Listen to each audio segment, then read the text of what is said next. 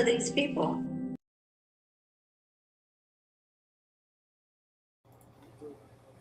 Who are these people? All right. We're here. We're back for another episode of Angel in the Afternoon. It's 161 episode number. Today is May 8th, 2026, excuse me. And we're here. We got plenty to talk about this week. Let's see here. Let's Oh, see. by What the do we way, I got? will have to leave a little bit because I haven't eaten dinner yet, so I'm gonna have to leave a little bit. Okay. Just for a little But All right. but I'm gonna talk about your hospital scare. yeah, that, and we're gonna talk about the FCC is demanding a picture ID and biometric ID before you even give your phone number now, which that's Just coming like up how soon. the PS5 is using that, at least in the UK. Yeah, they're demanding I can go suck a biometric dick. before you even get a cell phone number. They're demanding that you get your biometric ID. So that's coming. We're also going to Then I guess I'll just keep my phone, thanks. talk about We should also talk yeah. about the DSA smearing Christian Smalls recently. Uh, gas prices are up 50% more before the war in Iran. A Secret Service officer arrested for indecent exposure at Trump event or after Trump event. You know. Let's see. We're also going to talk about how the U.S. has taken over the oil market again after this war in Iran. So we're going to talk about 900 healthcare facilities shutting down around the country, mostly in rural areas because of Trump, and so much more. So if you haven't already, make sure you like and Great subscribe. job, Trump. Great job. You've really made America great again. Bravo. Actually, he's just trying to kill poor people so that the rich people can literally just live, I guess, without poor people. Make sure you like and subscribe. Trump is like, here we go. Yeah, fuck you. And literally, he is saying that because, again, I'm a single mother, and now I have to pay for my health insurance because I make too much. Blah blah blah. Yes. But I So don't have and income we coming in. we should also bring up Trump scaring the children about Iran closely attacking us or whatever he was saying to them Oh, recently. I didn't even see that, but yeah, this I took that out of Bret Hart with that "fuck you" when they said it to Hogan in his documentary. So Oh, okay. like "fuck you." Well, the thing is, I mean, and I want to say this because it happened recently. Fuck Ted Turner. He can go rest in piss for all I give a fuck. He's one of those guys that thought that poor people should literally kill themselves so that we could depopulate and the rich can rule, basically. Yeah, so let's get started here. So, ladies and gentlemen, let's get ready to rumble! all right. No, you should replace it with "suck it." Yeah. Well, yeah, I wanted to start off with my hospital scare yesterday or my health scare because it's like it just happened, and I just witnessed the fucked up state our healthcare system is at. So I go like, okay, let's just start with that. So yesterday in the morning, I wake up and I feel atrociously bad. I mean, my heart the last couple of days was skipping beats, and I'm having issues with that. So I'm like, okay, that's weird. That's not good. And then Thursday, it's like, oh, I mean, I felt brutally bad. I thought, what the hell's going on? My heart's racing. I'm dizzy. I'm about to pass out. So I literally had to call an ambulance. I spent a few hours at the hospital, and it turns out I didn't have my blood pressure med. So that's what happened, and that's why my heart was out of control, and my blood pressure spiked. So there you go. that's what happened. So And Reminds here me I of am. I'm like, I'm at work. He texts me. He's like, I don't know if you saw X yet, but I'm in the ER. I'm like, this is not good news to tell me right now at work. Because, I mean, we were literally, there was 2 people in our office. And it was just me and my coworker doing tickets, basically, calling these people back. And I mean, like, I'm sitting there going, oh my God, my friend is in the hospital. What the fuck is going on? I You're- literally, like, was losing it at work. It reminds me of when I've had to call 911 for my dad multiple times within the last year or two. Well, and we're Yeah. glad that your father is still kicking. Yeah. And you too, Yeah. Angel. Stop doing that shit. You wait till I'm fucking at work and then you're like, by the way, I'm in the hospital. What the fuck? Don't do that. You give me a freaking So, heart attack and I'll have to go to the hospital. Jeez. well, yeah, it turns out that it was just that I didn't have my meds and stuff, so they gave me meds while I was there, and they sent me a month's prescription, and so I can finally get with my doctor and figure out what the hell's going on because allegedly she sent it to my pharmacy. My pharmacy never got it, so it's a back and forth trying to figure out whose fault it is. So it's like I still haven't got my meds, so it's like, come on, man. So I am back. Last week was let's just say it's like Christmas and Easter for Christians. It was Beltane. So it is a big holiday for us Wiccans and pagans. So yeah. So yes, I'm glad to be back and I am perfect in every way. Thank you. yeah, so about time. This is a little video I took while I was there. So they stuck me in this corner, like you see, I'm like in a little corner right around that. This is where the nurses are at here on the right hand side. Mhm. That's where the main entrance, the emergency room is there, and they just stuck me there right in the corner. So because there's And not hey, let enough, him rot. there's not enough Again, that's beds not there. make me happy. There's not enough beds there, so they kind of just stuck me there in the corner. Hopefully, I So won't have to deal with any more colon issues like I've had in the past. yeah, And he's not even 40 so, yet. Angel's not even 40 yet. I'm 40. What the actual fuck? yeah. So basically, I did a bunch of they did a bunch of blood work, and Ugh. everything turned out to be normal except for my blood pressure, and so everything else pretty much normal. So it was like, what the hell's going on? It's like, you need your meds. I took it. I'm better now, so I don't.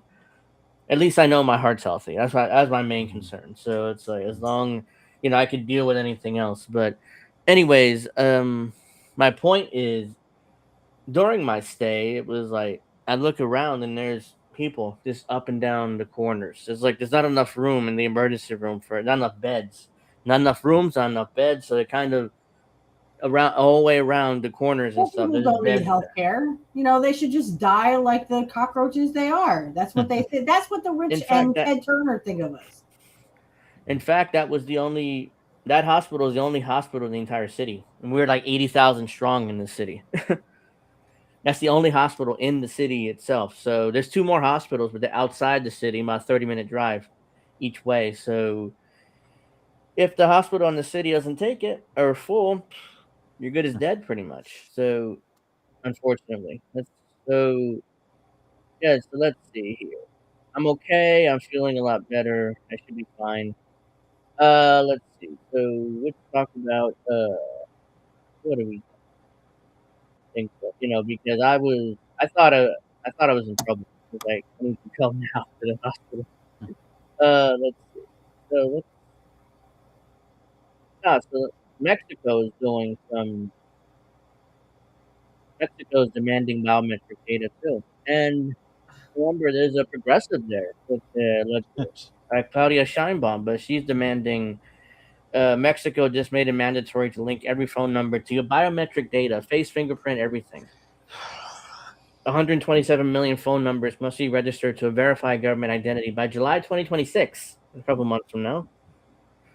Miss the deadline and your line goes dark. Anonymous prepaid SIM cards are gone forever. They call it fraud prevention. What they're building is a national phone network where every number has a face attached to it. And if you think this stops in Mexico, you've not been paying attention. So let's see.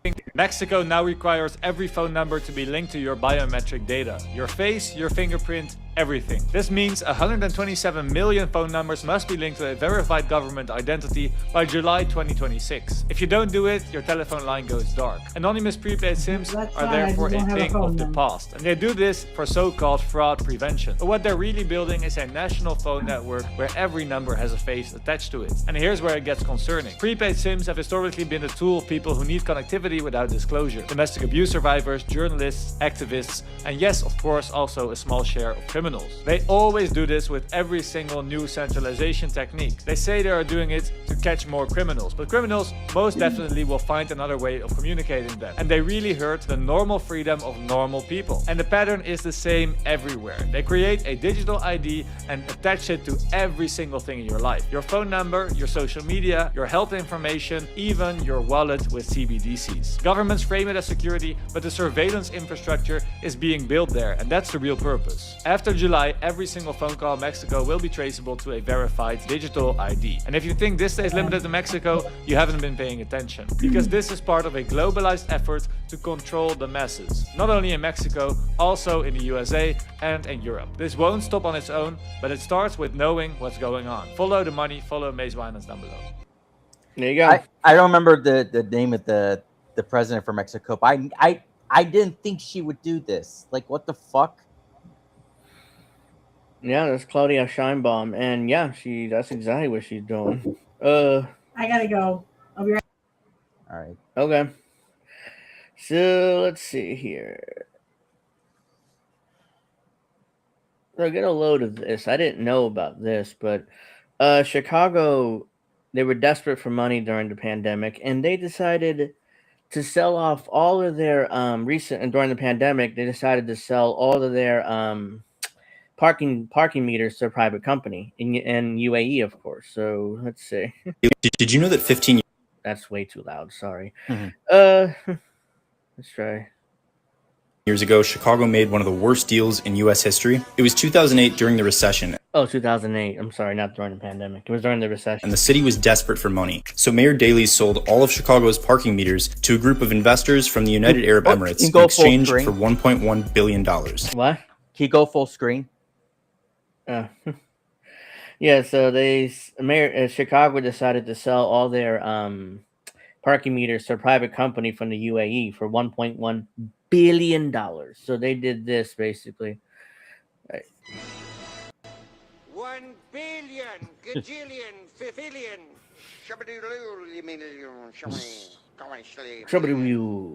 Yeah. Yeah, that's what they did. Shitty Investors from the United Arab Emirates in exchange for $1.1 billion. The deal said that for the next 75 years, Chicago has to pay 100% of parking meter revenue to the investor's company, which is conveniently named Chicago Parking Meters, LLC. Chicago's 30,000 parking meters generate about $200 million in revenue annually, and because the city is sending that money overseas, none of it will go to Chicagoans. If you think that's bad, it gets worse. If any streets are closed for public events like street festivals or the marathon, the city has to pay this company the money they would have made from parking if the streets were open. The deal also says that even if the streets are closed, the city still has to pay the amount they would have made anyway. So it's like, it's a horrible deal. Chicago wants to remove even a single parking meter, they have to pay this company the value of what that meter would have generated until the deal ends in 2084. 2084. All of us in this chat in this room be dead by then, most likely. So that's how long this deal lasts, by the way. Prevents Chicago from building more bike or bus lanes because it would be so expensive to remove the meters. We have 59 years left until this deal expires, and nobody's found a loophole to get out of it yet. So next time you see how wealthy Dubai is, just know that Chicago parking might have something to do with it. And oil. So the parking meters don't have much to do with anything. It's $200 million a year. They make that in a day with oil. So I don't agree with that part, but the rest of it is true. And it's like, holy crap. Like they were so desperate for money that, oh yeah, let's just sell all our parking meters to the United Arab Emirates for the next 80 plus years or so. And yeah, none of that money is going to the city of Chicago. So there you go. If you're putting money into a parking meter, it's going to the UAE. So I hope you know that if you're living in Chicago. So Let's see here. And of course, that's where I'm going next month. So, or that's where I'm going Okay. back to next month. So, yeah. The hell is that? Did you know Is that me? 15 years ago? What? What were you hearing? No, it's not. Hmm? I'm hearing like noise, but Oh, I thought, there you go. Okay, I'm like, what the hell is that? I'm hearing like music or something. oh. All right, let's get rid of that. Okay, so yeah, so we're screwed. I mean, Chicago's screwed at least, but if you're living in Chicago, I don't recommend you using the parking meters unless you need to, because it's impossible to park in Chicago anyways. So, let's see, what else do I have here? Oh yeah, no, I'm gonna use this first. So I'm not sure. I found this out the other day, but Walmart has purchased the TV company Vizio. A few years ago, this happened. I didn't even know about it. So they purchased because I always wondered why the Vizio TVs were cheaper at Walmart than any other TV. Is like, oh, because Walmart owns it. That's why it's like, oh, now it makes perfect sense. And they're selling these TVs at a loss. So we're gonna find out here why they're doing that. It's obvious, but it's, I don't know what you think, but he kind of looks like you a little bit. That guy. This guy, Yeah, a little bit. maybe. I mean, I could see it. Did you? I don't know if he's bald or not, but he has a hat on. But yeah, so this is the reason why they're selling the TVs at a loss, Walmart, because it's not about the actual TVs. Because he's going to explain this better. But basically, what happens is you buy the TV, buy the Vizio, you hook it up, you turn it on, and the first thing it requires is an account, is a Walmart account. So you have to have a Walmart account, you log in, and then they get to advertise to you permanently as long as you're on the TV. So that's how they make their money back from selling these televisions at a loss, because there's no way they make money off $178 for a TV. For a 4K television. So Did you realize that this TV right here is a Walmart tracking device to track you at home? Walmart bought Vizio Television. When they did that, they acquired millions of people's data. And more importantly than just the TV itself, they acquired the data system. They bought SmartCast and the data advertising platform that was owned by Vizio. So here's how it works. You pay $598 for the TV, you get it home, you unbox it, you plug it in, and you realize you can't operate it without a Walmart account. Actually, it says right here that a Vizio account is required for smart TV. And that's more than deceptive labeling. That's a straight up lie. You'll be immediately redirected to set up a Walmart account. And here's the sinister part. Like I said before, it wasn't about buying the physical TVs. It was about buying SmartCast. Any Vizio televisions that have been manufactured in 2026 require a Walmart account. And look at the deceptive pricing scheme. $238 for the TCL 50-inch and $178. know that. That's like $100 difference. Like, why are they? I've noticed this too at my local Walmart. It's like, why are Vizio so much cheaper? And it's like, oh, because Walmart bought them. And it's not about the actual TV. It's about the advertising. They get to advertise to you while you're in your own home. So For the Vizio. SmartCast is the operating system that lives inside the TV. It runs all your apps like Netflix and YouTube. It controls your home screen. And most importantly, the ad data system. What it does is detect what you're watching, even from cable boxes, game consoles, or DVDs, and your cell phone connected to the Walmart app. Now they will tie in what you and your family watch, search, and buy to relentlessly market you into their store. Even more Orwellian than that, linking your TV to your purchases to your location. Now you are a probable target. So that's dynamic pricing, which is coming at all the Walmarts. You know, I those sent you digital another price clip. tags. I messaged you another clip for us to look okay. at later today. For personal product pricing adjustments set according to your needs or desperation. This is called dynamic pricing, based on your personal data. And the fact that a giant corporation like Walmart has laid the foundation for a deceptive controlling system just like this should have us all outraged. There you go. It's a simple fix. Don't buy Vizio TVs. That solves your problem right there. Because this is true. Walmart did purchase Vizio, which is why their TV is so much cheaper than any other TV they have in the market there. The TV that I'm planning to buy for either a PS5 or an Xbox Series X would be either the LG G5 or the Samsung S90F. Both of them are OLED TVs. Well, that's That's not Vizio. So if you're considering buying a Vizio, don't, because Walmart owns the shit and they're going to advertise the shit out. It got every time you turn on TV, there's gonna be advertisement there. So I wouldn't be. I'm not sure how it works. Is that I don't have a Vizio, but I assume you turn the TV on. First thing you get is a 30-second or a minute unskippable ad, and then you get to use the TV. So it's like, what the fuck? And now now the smart refrigerators have ads. Like they're gonna, if you buy smart devices, they're gonna advertise the shit out of you. I mean, so I don't want to be advertised to in my own home, so I try to avoid that as much as possible. But sometimes it's unavoidable with certain tech that you get. So let's see. Oh, by the way, if you guys have Chrome, don't uninstall it immediately, because I just found this out too recently. What? Google Chrome secretly downloaded a 4 gigabyte AI model to your device without asking and without telling you. It's called Weights.bin. It lives deep in your system folders. It powers Gemini Nano, Google's on-device AI. So basically, without permission, Google is using everyone's computers that have Chrome as a storage device for Gemini. Wait, Without so asking you, where can I check where if I have it? Do you know? it's deep in your system folders. Hold on, I'll show you that in a second. Okay. If you delete it, Chrome re-downloads it automatically, like nothing ever happened. Just Google deciding your hard drive is their storage unit. At 1 billion Chrome users, that's 4 billion gigabytes of data pushed silently across the internet. The carbon footprint alone, blah, blah, blah. And so, yeah, here is where it would be in your folder. Oh, actually, I would have to go on my other. I'm on my laptop right now, so I have. Yeah, you would have to basically put that in, or look in your folder there. Yeah. And then to stop it, flags, disable optimization guide on device, models, restart Chrome, delete folder. So yeah, I already retweeted this, but yeah, so basically that's what they're doing. They're secretly, so just uninstall Google Chrome and uninstall that in order to get that off your computer. But yeah, when I saw would Firefox be the better option? I use Brave, but Firefox, Brave, Opera is good too. They're like, those are the three best ones in my opinion. Chrome is like, Chrome and Safari are like Apple and Google own respectively, and apparently Chrome definitely does it. I don't know about Safari, but if you're using a Mac, but Chrome just downloads secret files to your computer without telling you, which is like, that's total bullshit.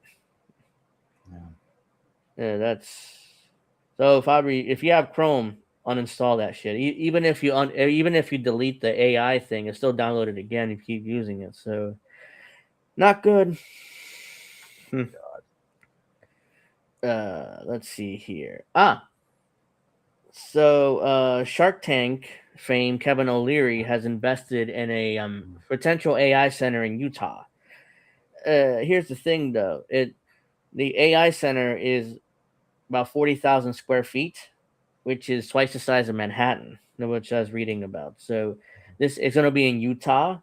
This AI center is going to be massive. It's going to be the size of 2 cities put together, and the commission, or not the commission, the city council decided to unanimously pass it without residents, permission.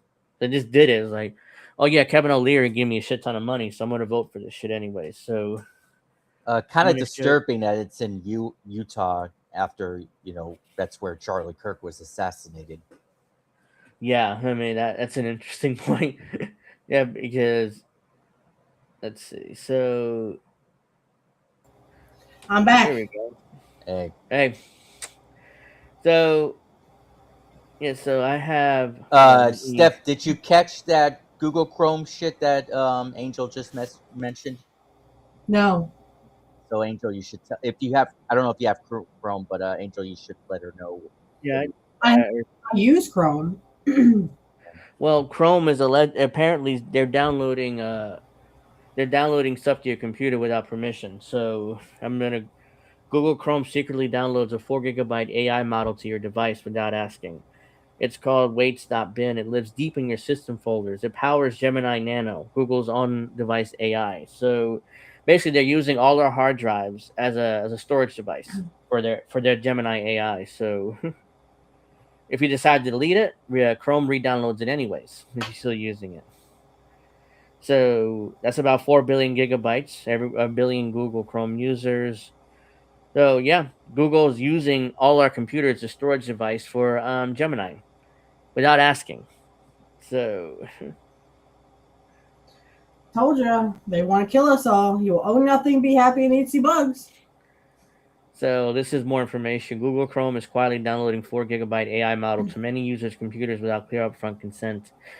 The file is called that, blah, blah, blah. It powers built-in AI tools such as Help Me Write, Smarter Tab Suggestion, on-device scam detection, and page summarization. The download triggers automatically for devices meeting minimum hardware requirements, and Google and Chrome often replace the files if deleted. While the model processes data locally, the installation happens in the background with minimal notification. So the installation happens in the background. You don't even know what the hell's going on. The scale is noteworthy. Hundreds of millions or billions of installations add up to thousands of tons of carbon emissions globally, data transfer, even though each is a one-time event. So to prevent it, you basically do that, and that's it. But it's better to delete Google Chrome altogether. So that's what's going on there. Now let's get to Shark Tank fame. Kevin O'Leary wants to build a AI data center in Utah. The city council passed it without any issue. Pay for it. So there's a video here of pissed off residents because this is 40,000 square feet. It's like twice the size of Manhattan Island. So this is how huge this data center is going to be. So these are residents. False. All of this is false. Then why won't they let people talk? Why won't they let us ask questions? It's false. This is not real information. And we sit here like it's okay. It's a charade. It's a charade. It's false.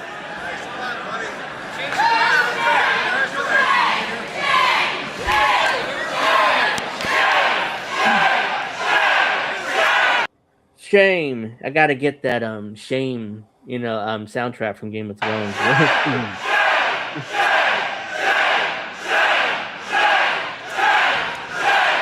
So they keep saying shame. They're pissed off, as they should be, honestly, because this was passed without no resident input or anything. Usually city councils have resident input. You can show up and you can give your opinion on certain things, but they didn't even do that here. They just passed it in secret, pretty much. So this is Kevin O'Leary himself whining about stuff. How they're mad at him. So How are you offsetting these environmental concerns? Well, I'm actually the only developer of data centers on Earth that graduated from environmental studies. So I'm pretty aware of what these concerns are. Well, I graduated from college with environmental studies, so I know what they're talking about, but I'm still going to build it anyways. They are around air, water use, heat, noise. That you're going to charge poor people for. You're not going to charge rich people. You're not going to pay for it. Mm-hmm. We're going to pay for it. Air, water use, heat, noise, pollution. So sustainability is at the heart of what we do in terms of all these proposals. We're not just Utah. We have 10,000 acres in Alberta, Canada, with the same concerns. And so we search for the best technology. There's many air-cooled turbines now. So you're blending in air-cooled versus water. There's so many different ways to generate power. We can also put a percentage of the power generation through solar, wind, and batteries because the battery that poor people are still going to pay for. He says a percentage will go through air, wind, and and solar panels. It's not going to be all of it. And that shit costs money. You know why? Yeah. Because we live in a greedy fucking capitalist system that says poor people need to pay for everything and rich people can just sit back on their yachts. I say, Muffet, what shall we kill today? Shall we kill the environment or shall we just keep killing poor people? The rich hate you, people. They hate you. They do not want you to exist. Ted Turner said back in 1996 that we could do with a lot less people in this world because Ted Turner thinks that poor people should not exist. Stop worshiping these fucking rich fucks who don't give a fuck about you. Yeah, and I'll bring up the Georgia Guidestones, which is that before it was destroyed, the Georgia Guidestones said the ideal number of humans on Earth is 500 million. And So, also, Steph, tell that to the DSA and all the other progressives who are endorsing Tom. What is it? Tom Steiner? Is that his name? I'm talking to every pedophile in Washington. I'm talking Hollywood. I'm talking to all the motherfuckers who literally want us wiped from the map. Talk about me. Talk about my son. Talk about you, Angel, and you, little brother. They want us all off the planet.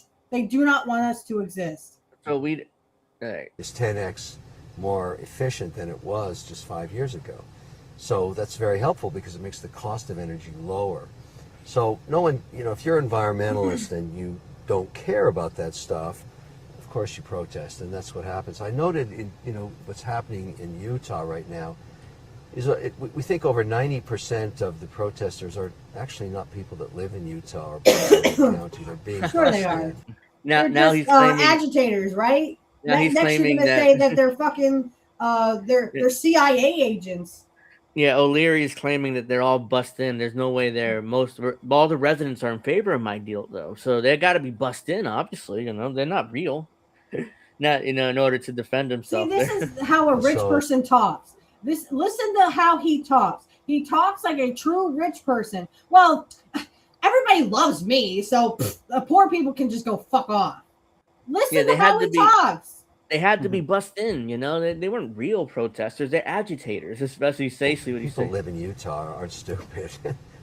They are. If they believe in your stupid shit. They realize, why shit. am I letting people from don't even live in my state make decisions for me? And I don't think it's going to work out for them. But there are professional protesters. No, because I'll get my my rich friends and my police force, my little lapdogs, to make sure that they're put in their place. Listen to how he talks. He's talking in code. Yeah. AI to generate this is what's kind of funny about it. If you look at the social media around the Utah proposal, much of it's AI generated, which I think is sucks. So now the opposition is AI generated. That's what he's claiming too. So he's laughing about it. He's laughing at you. He's laughing at us. Mm-hmm. So this is a local article from Salt Lake Tribune. How Shark Tank investor Kevin O'Leary, the face of Utah's massive data center project, amassed his wealth. Shocker. After pitching a hyperscale data center complex to Utah leaders last week and touting it on Monday on Fox News, celebrity investor and Shark Tank star Kevin O'Leary is fast becoming the public face of a massive project being proposed for Box Elder County in Utah.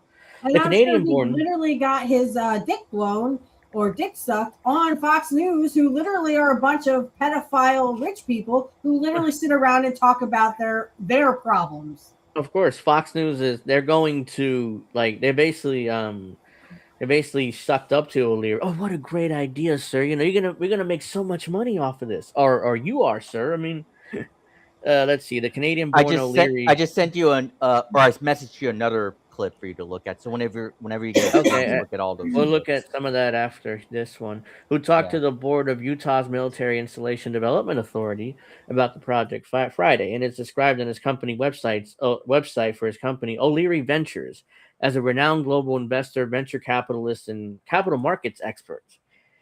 His history as an investor has an ups and downs. As a celebrity risen through Shark Tank, his acting debut in last year's Marty Supreme. Meanwhile, similar data center campus O'Leary Ventures is backing in Canada has been stalled, with construction still pending nearly a year and a half after his first announced. O'Leary's career took off after he co-founded SoftKey software products in 1986, an educational software business that later rebranded to the Learning Company in May 1999. The toy maker Mattel acquired the Learning Company more than $3 billion. The same year, O'Leary was named as a defendant brought by stockholders of a business that merged with the Learning Company. In the complaint, stockholders alleged that Learning Company overstated its revenues in 1998, shortly before Mattel purchased the company. The acquisition cost the toy maker millions in losses, leading stockholders to file suit against O'Leary, Mattel, and other executives from the Learning Company. Oh, come on. I only said suck a dick once. Oh, come on. I got to get my numbers up. Come on, Karen. Let's get our numbers up here. So O'Leary's almost basically a billionaire. So this is 1 billion, gajillion, fifillion. Yeah. Isn't that Dr. Evil? yeah, that's where I got it. Who else would it be, Steph? I don't know. I never watched those movies. I was not really into Austin Powers. Yeah, but I never watched the movies either, but I still heard of those quotes. Well, I like the one that Angel sent me. He's like, I love you. You complete me. I was like, really? He said that in the movie? Yeah. Oh. Which covers the reality TV shows and businesses that had pitched it. O'Leary in 2025, it's a net worth of $460 million. Since O'Leary first appeared on Shark Tank in 2009, the site he has invested in $37 million in 132 deals, 65 of them in his own, 67 in collaboration with other investors in the show.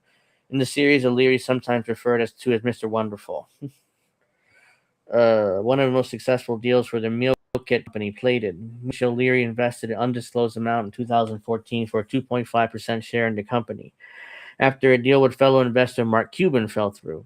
According to CNBC, blah, co-founders Nick blah, the company's worth $300 million today. So yeah, that's how he became rich, basically scamming people into buying his learning software, which didn't work. And that's how he got most of his money. And of course, on Shark Tank, he makes a shit ton of money. So that whole scam learning software thing reminds me of what Crystal Ball did during the pandemic. That's how she made her husband profited from that. Mm-hmm. No. In fact, they want kids to learn son. online. That's what it is. Oh, her son. No, I meant her ex-husband. Her second husband. Kyle. Okay, yeah, you're right. So that's how she made her fortune, through scam learning software. Very similar to Kevin O'Leary. So I'm not That's why surprised they were pushing for kids to learn at home. Well, during the pandemic, that don't work. Yeah, that don't fucking work. And it made our kids dumber. Not my kid, because he's super dumb, but he's super smart. Okay. But I mean, this is what I'm talking about. They don't want people who can think for themselves. They want obedient workers who literally suck their dicks, and they take our kids and they rape them. That's what they want. Well, you can't have mine. Sorry, he's not your type. And he's never going to be your type, or I will go nuclear on you. Trust me when I say, if you even go near my son, you will see what the devil looks like, and I don't even fucking believe in the devil. So there you go. There you go. So we have a cyber attack at over 900 universities and colleges around the world. And if you went to college, as you guys know, it's finals week. It's May, the semester's almost over, so it's finals week. So this is probably the worst time for a cyber attack at universities and schools, their software. So a cyber attack hit several universities and schools in U.S., Canada, and Australia, causing chaos, confusion, and major disruptions amid the high-stakes end-of-year season. The hacking group, Shiny Hunters, reportedly claimed responsibility for the attack, which caused the academic software Canvas, not Canva, Canvas, two different companies, used by thousands of schools and universities to go offline this week. By late Thursday, the company... This is all preordained to scare you, boogie, into giving up, again, digital ID, CBDCs. That's all this is for. Oh, boogie, we're going to scare you now. Woo! Yeah, by late Thursday, the company's infrastructure, with its own Canvas, posted an update on its website saying that Canvas was available for most users, but some universities were still reporting outages on Friday. The cyber attacks targeted universities and schools across the globe, affecting an estimated 9,000 institutions. The University of Sydney told students on Friday Canvas was unavailable and instructed students not to attempt to log in. We were one of the 9,000 institutions around the world that were impacted by this outage. We are still waiting for advice from infrastructure, the university wrote in an announcement on its website. The outage affected students' coursework and examinations, the university says, acknowledging how disruptive this is at a critical time in the semester.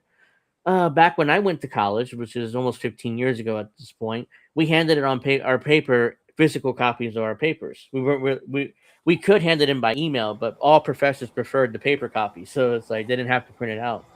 Well, now it's like, oh no, we got to hand it in by the software. in my defense, I literally had to do computer work because I was going to college for computers. So, in my defense, but this is like 20 years ago when literally XP was prominent and wireless was still in its infancy, which is why I'm taking a course now on networking and stuff because I'm behind the times. Shit. When we call it extenders now, but they used to be called repeaters. That's where if your wireless did not go all the way around your house, you could stick a repeater in the middle. Now they're called extenders, and Extenders, or repeat the wireless signals. So again, a lot has changed in 20 years since I touched this stuff, and thank you, Angel, again for helping me do it for free. Because I'm a little bit broke right now.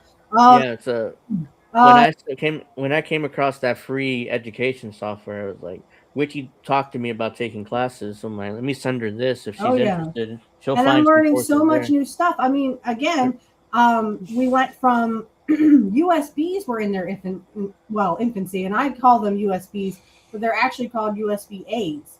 Now we have USB-Cs, which are, you charge your phone with them, but you could also I have a USB-C hub that gives me more USB-As, right? I know I'm totally geeking out right now, but but like this wasn't heard of 20 years ago. We were talking about switches and routers and stuff. Now we're talking about and modems. Now we're talking about wireless. We're talking about WAPs, wireless access points. We're talking about jetpacks and stuff. I mean, this is shit that 20 years ago no one ever really heard of. So, and again, wireless was in its infancy. So we're trying to not be behind the times. So, but yeah, in school we had to do it single spaced. It had to be 12 point. enrollment 12 point. And and back before computers, we wrote our papers. Yeah.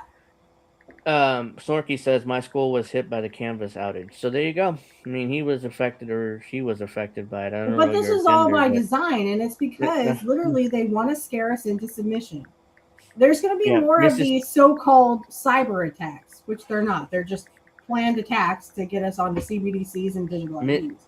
So Mississippi State University announced it was postponing Friday's final exam to allow affected students to recover any lost work. Idaho State University said it canceled exams scheduled for 12 p.m. local time. Penn State University wrote in its message to the students on Thursday that no one has access to Canvas, adding that a resolution was unlikely to arrive within 24 hours. The university canceled some exams scheduled for Thursday and Friday. The University of British Columbia in Vancouver informed students that Canvas was unavailable due to a cyber breach of its parent company infrastructure and advised them to log out immediately. University of Toronto also reported it was impacted by the breach, saying that multiple universities were affected. Students at the University of California, Los Angeles, UCLA, struggled to submit assignments online through the Canvas platform, and the University of Chicago, Illinois, temporarily disabled its Canvas page after reports it was targeted. Chicago Maroon, the university-led newspaper, posted a screenshot of a message from shiny hunters that appeared to be seeking a ransom. The message encouraged the university to contact the hacking group privately to negotiate a settlement, quote unquote, and avoiding the release of their data. It's the same message that Northwestern University master student Jacques Abu Risk said he received when he clicked the link on an email that appeared from the university administrator. Oh, by the way, why are you clicking a link? Like, you're young guy. Because just like my Amish customers, they do it because it was there. They thought it was real. You're like, no, don't touch that. Don't touch it. Step away from the computer. But you know what's funny is we actually have the Amish who literally they have loopholes. Again, they have loopholes, guys. Most of my Amish customers have cell phones. And I don't mean the smartphones. Some of them do have smartphones, but most of the flip phones, because again, God don't care if you call. God wants you to call on a cell phone. Yeah. These people don't have fucking electricity, but they have a laptop. He says, quote, I don't know what was happening, he recalled, a scary message to receive. Then he said the university addressed the issue on Thursday, sending a generic email seen by the BBC that Northwestern was monitoring an issue. The email stated the university did not have an estimated restoration time. Canvas and other IT infrastructure had not been affected. Abu Reis said he was still unable to access Canvas on Friday and not heard it from the university since. There's definitely anxiety surrounding not only being able to complete my work and access the sites that I need on Canvas, but also just not knowing exactly what the threat is and how it might affect me. I'd be like, oh, good, I get more time to study for finals. That's what my reaction is. Not I'm scared because my ass, I need as much time as I can to study. I don't know what data will be released, and that scares me. The BBC contacted Northwestern University for comment. Screenshots show the targeted threats from a group began Sunday with deadlines given up to on Thursday, May 12th. Luke Connolly, a threat analyst of the cybersecurity firm Emersoft, told the Associated Press he has said discussion regarding extortion payments could be ongoing. Cyber attacks on Thursday came the same day U.S. Senate Democrat Chuck Schumer sent a letter to the Trump administration urging for more defense against cyber risks in the age of rapidly developing AI. That's a Dude, how did coincidence. he know? It's like it was planned. No, I'm serious, guys. I mean, this is like literally, this is shit. I mean, this is just shit. Okay, and take it from a good technician. I've been in the business for Jesus Christ, 19 years now. Nothing is ever 100% secure. Angel No, should also zero. tell you this too, because he's in cybersecurity. Yeah, Again, nothing ever 100% 100% secure. Everything can be hacked. Everything. Hackers, it's a constant battle between cybersecurity analysts and hackers. They find one way to get in, you patch it in. Oh, it's another way to get in. Now you have to patch that thing. It's like Trust me when I say I listen to Chris Titus, and he's a tech. He's been a sys admin for many, many years now, and he literally tells you, literally, there's a backdoor into everything. Trust me, guys, in the business for a long time now. The Department of Homeland Security, the agency that helps ward off cyber attacks, must immediately help states and localities. Schumer wrote. Blah, before Americans hit with outage, disruptions, and attacks that could put lives and livelihoods at risk, he continued. I mean, what did you think? I mean, it's crazy how literally 99% of our customer base is literally the Amish. And yes, I help the Amish with their computers every single day, Monday through Friday. So, yes. So, in my opinion, this looks like either a DDoS attack or a regular denial of service attack. That's what it sounds like. I mean, probably. But again, this is just a scare tactic again to get us into digital IDs and CBDCs. So this is really not a big deal. Try not to stress out over it. But I'm not really going back to college. I'm just taking a course. Yeah, I'm considering going back. Better watch out, Alex. USA may take control of GTA 6. Oh my god. So. Let's get to this. 900 health facilities shutting down or at risk of collapse as Trump GOP cuts ripple across the country. An advocacy group tracking the impacts of unprecedented Medicaid cuts that the congressional Republicans and President Trump enacted last year. Oh, wait, said Monday weren't you going to look at the clips? Oh, hold on. I closed down Twitter. That's why, or X, whatever it's called now. Yeah. I keep calling it Twitter. So, I will get to this in a moment, but oops. I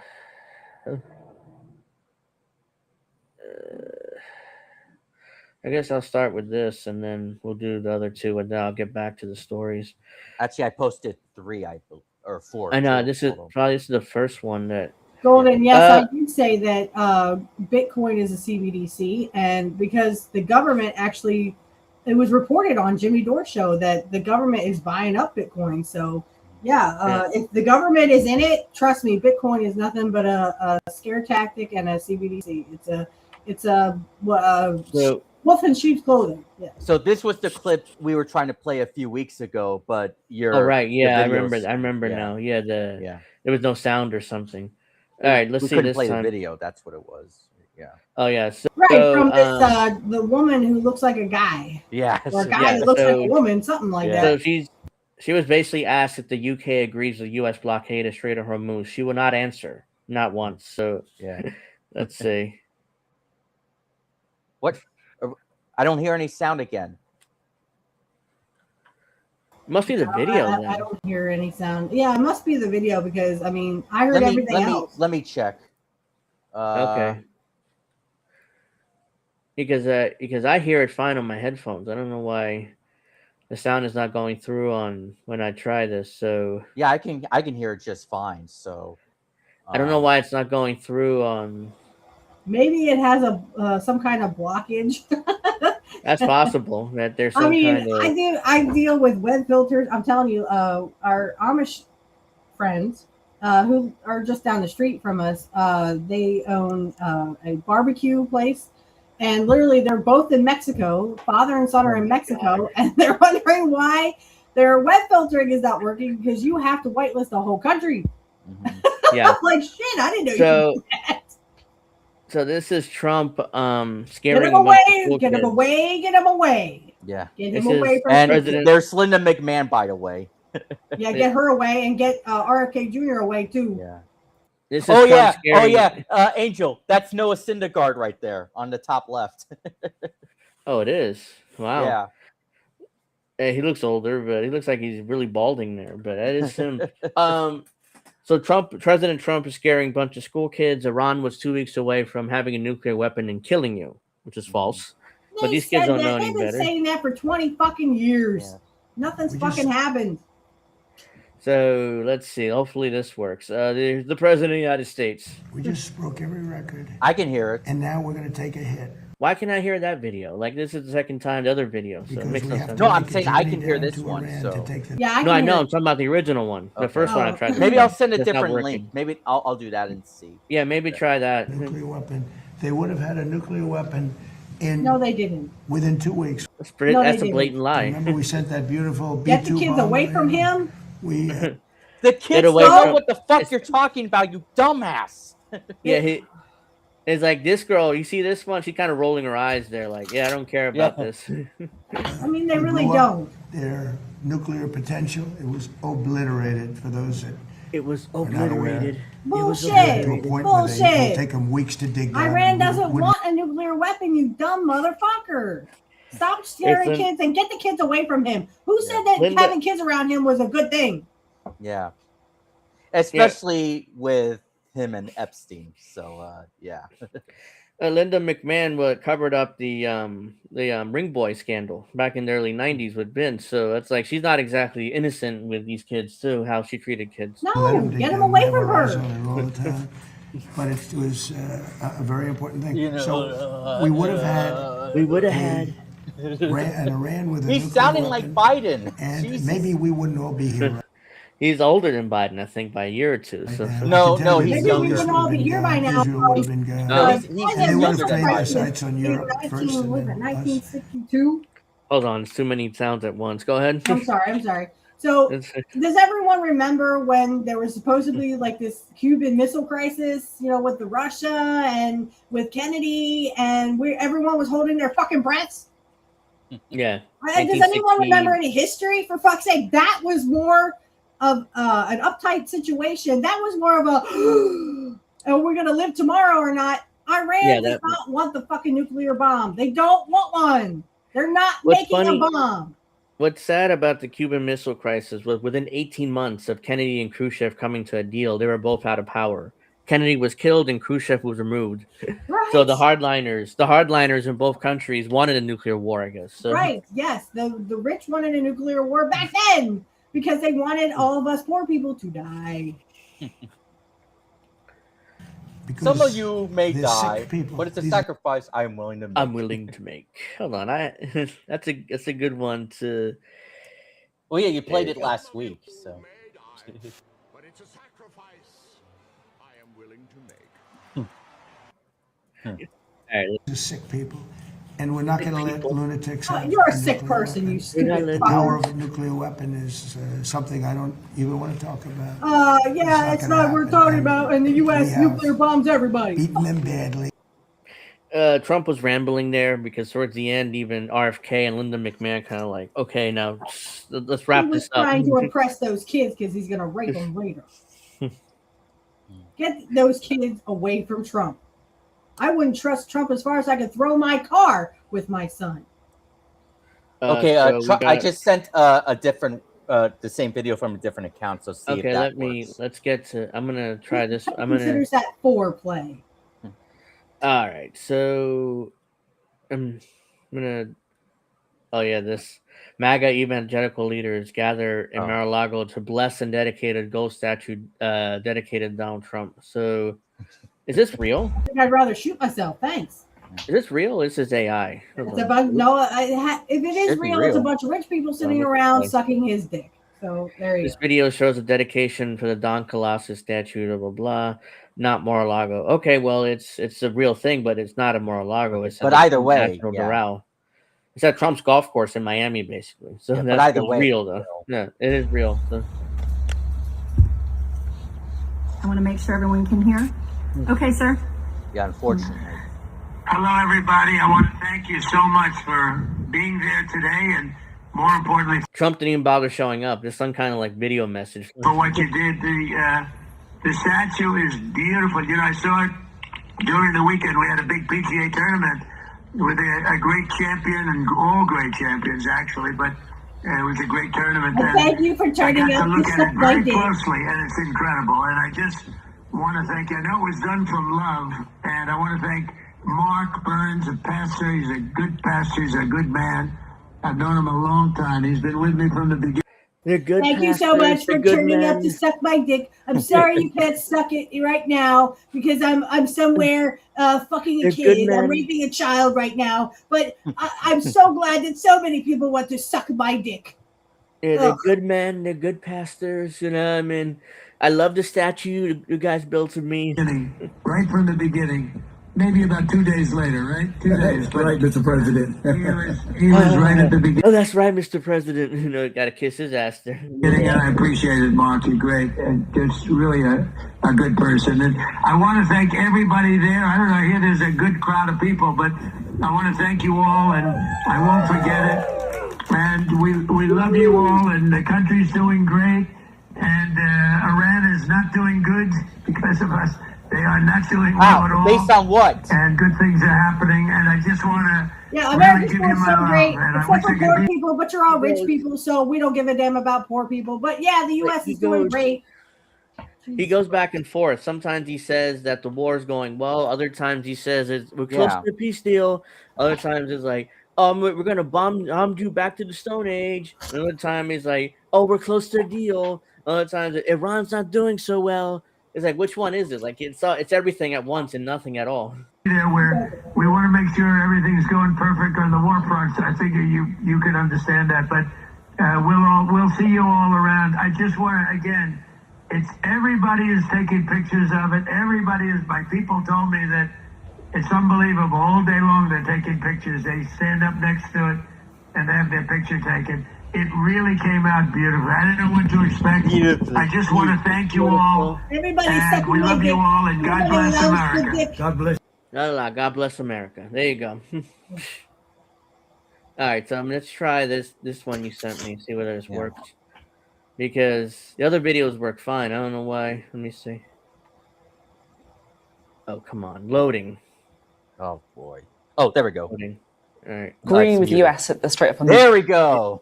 Okay, you guys can hear it. So yeah, basically, she was asked 6 times about whether UK supports the US's blockade of Strait of Hormuz. She won't answer. So let's to be open, but a blockade would close the Strait of Hormuz, right? Because the idea is to stop Iran charging ships for safe passage, to try and cripple them economically.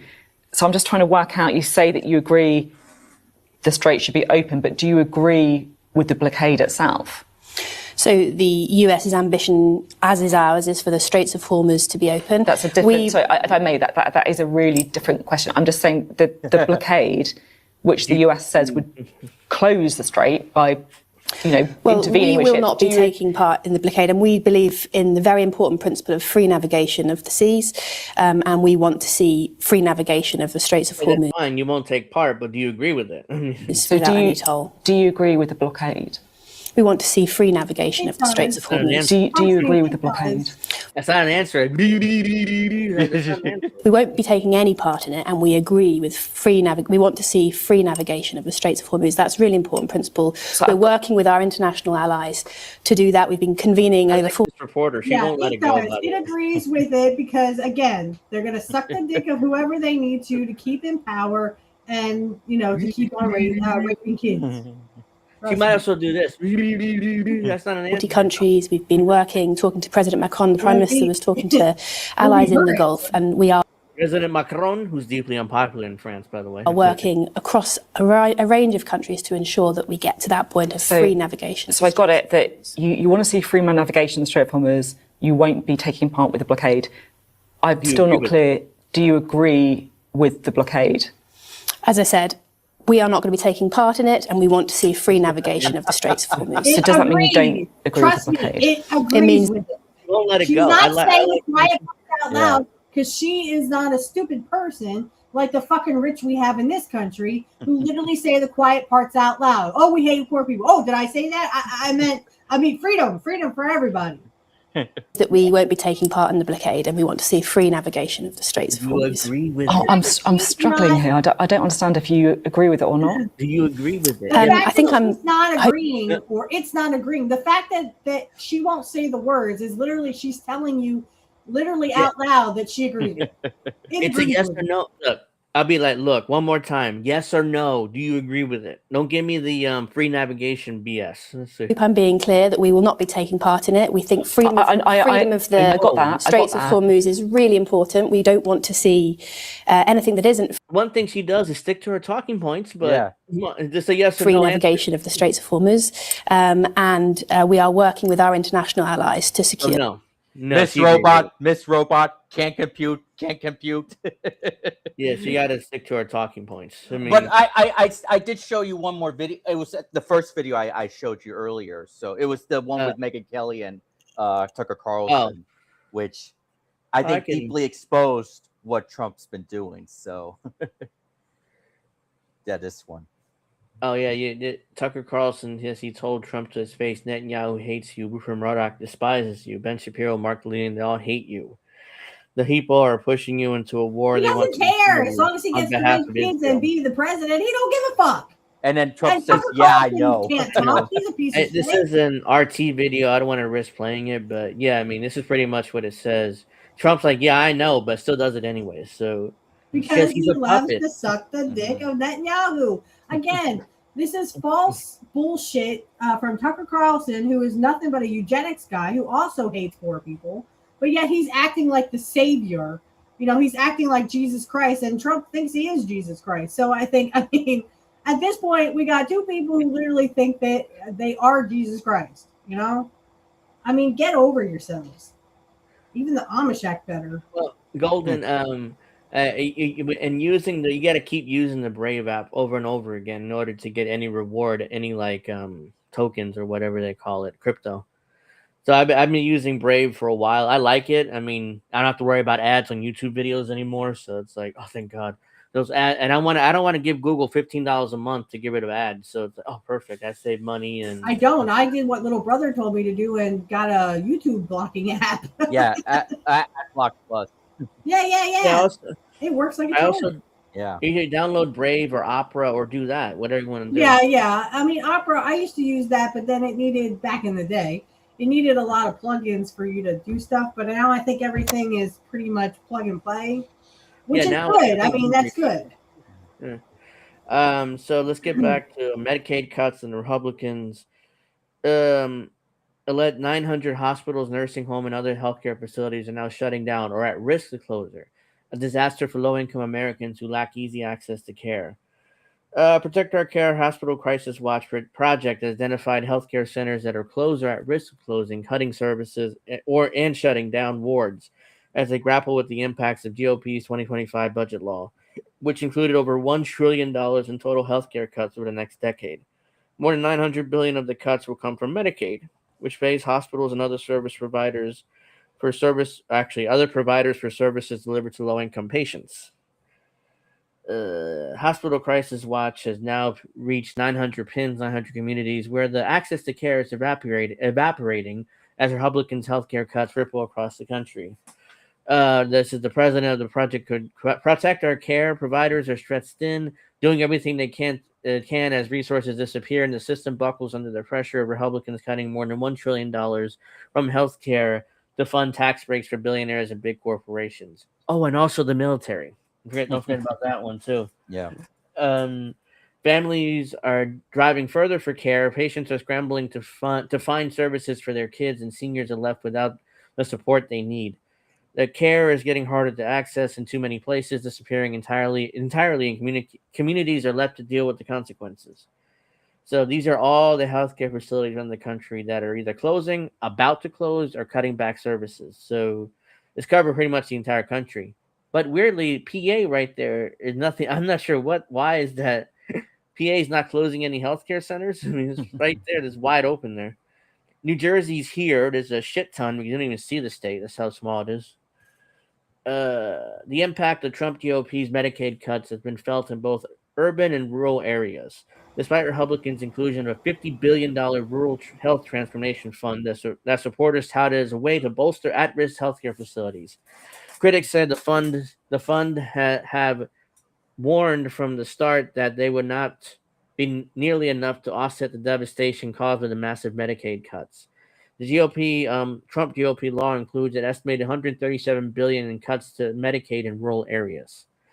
In Nebraska and other states, rural hospitals are facing across-the-board cuts, and the Rural Healthcare Fund Congress created to offset the impact of Medicaid cuts on rural healthcare is falling short. Professor from Georgetown University claims, let's see, what's becoming clear even at this early stage is the result of the cuts enacted by Congress. Healthcare is going to become much harder to access for many people. Rural areas and small towns across the country. The latest assessment of surging healthcare facility cuts and closures across the U.S. came as Nebraska became the first state to implement the punitive work requirements the 2025 Republican law imposes on some Medicaid recipients. So here's the thing: with the work requirements, is basically 20 hours a week. So it's 80 hours a month. Yeah, I just made that when I worked for my other job, which was fun enough. It was called Fix It Chicks. The owner was a chick, but there was a guy that worked with us. Anyway, but yeah, when I worked for them, I just made barely. I mean, so I worked 23 hours a week, and I just barely made that cut. But the thing is, I bettered myself. I went out and got a new job, and now they say I make too much, and I'm a fucking single mother. I have one income, one. And they're like, nope, sorry, you fucking poor people, you can just go die. We don't care. You should be able to access Medicaid because that makes no sense. You're a single mom. It's not like you're. I mean, all I did was update my. It's for Pennsylvania, but it's the medical assistance. Yeah. And literally, that was Medicaid, and I literally did the right thing, and I reported that I got a new job and my new wages and stuff, and they're like, nope, sorry. Go be a single mom and die. You have to pay for health insurance that doesn't cover fucking shit. Yeah, you would have to get insurance through your employer, basically. Yeah, but my employer doesn't offer it. Well, Angel, after so I'm on my own.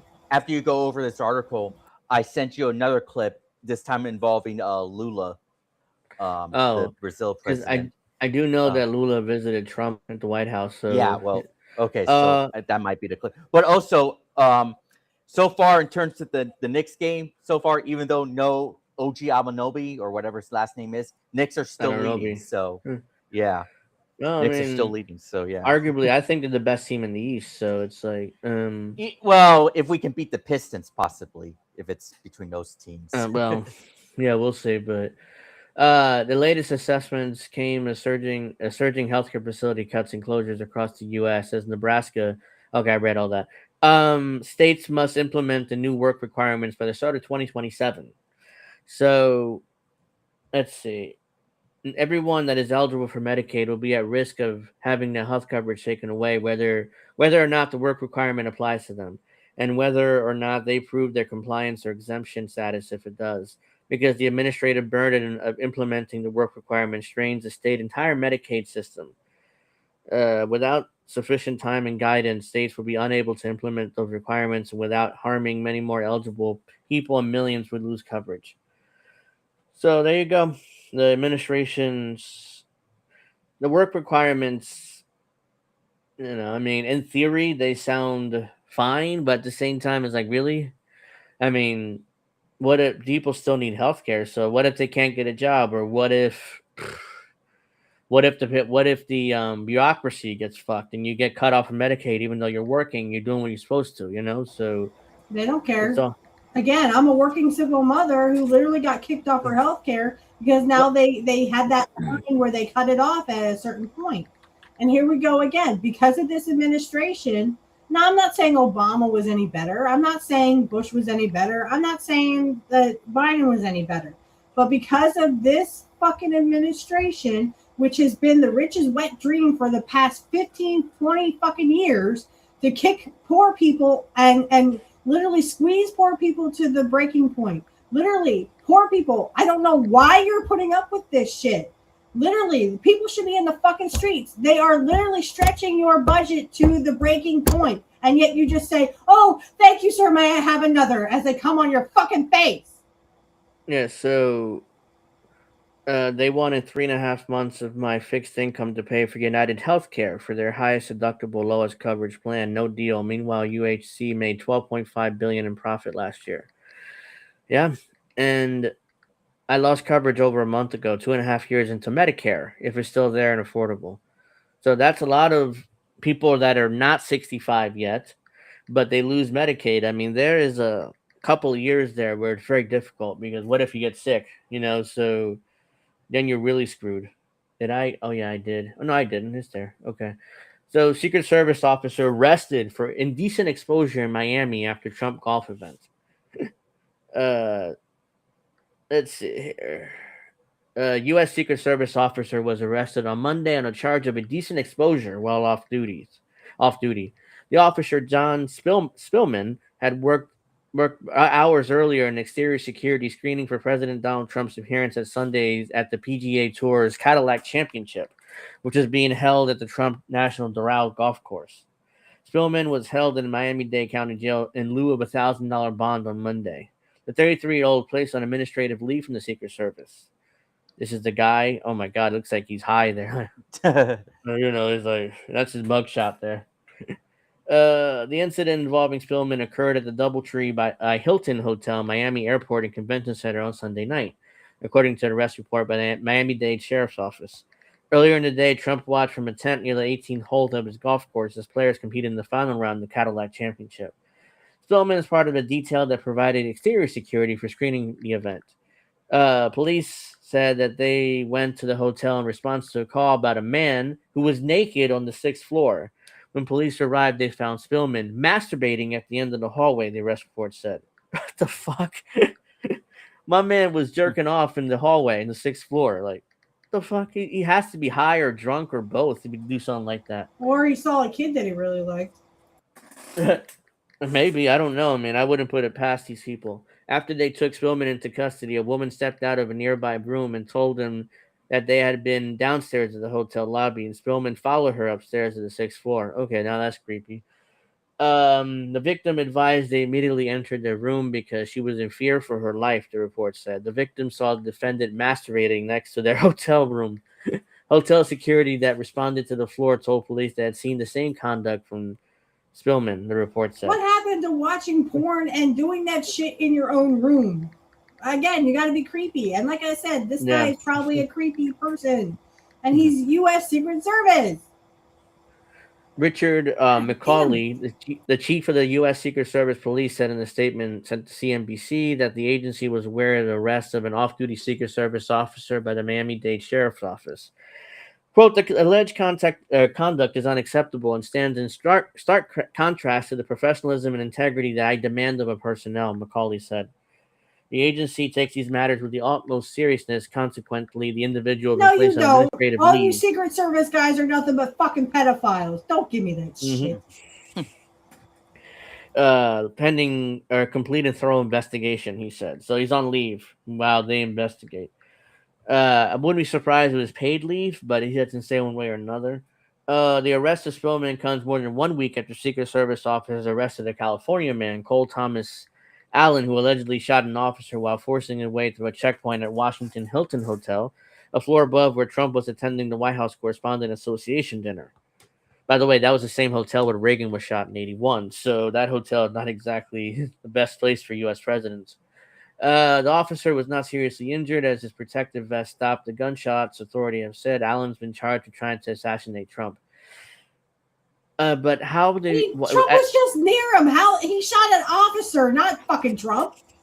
What the hell? That makes no sense because he was on the floor above Trump. He never got anywhere near always. Trump. Oh no, Trump has to fear for his life because all these fake bullshit stuff goes on. Trump wasn't even fucking in that room. Come on, this is not like they shot Reagan.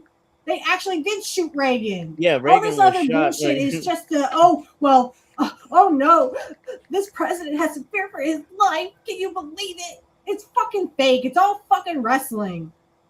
Yeah, it's the guy was on the floor above Trump, but somehow he's charged with assassinating Trump or trying to assassinate Trump.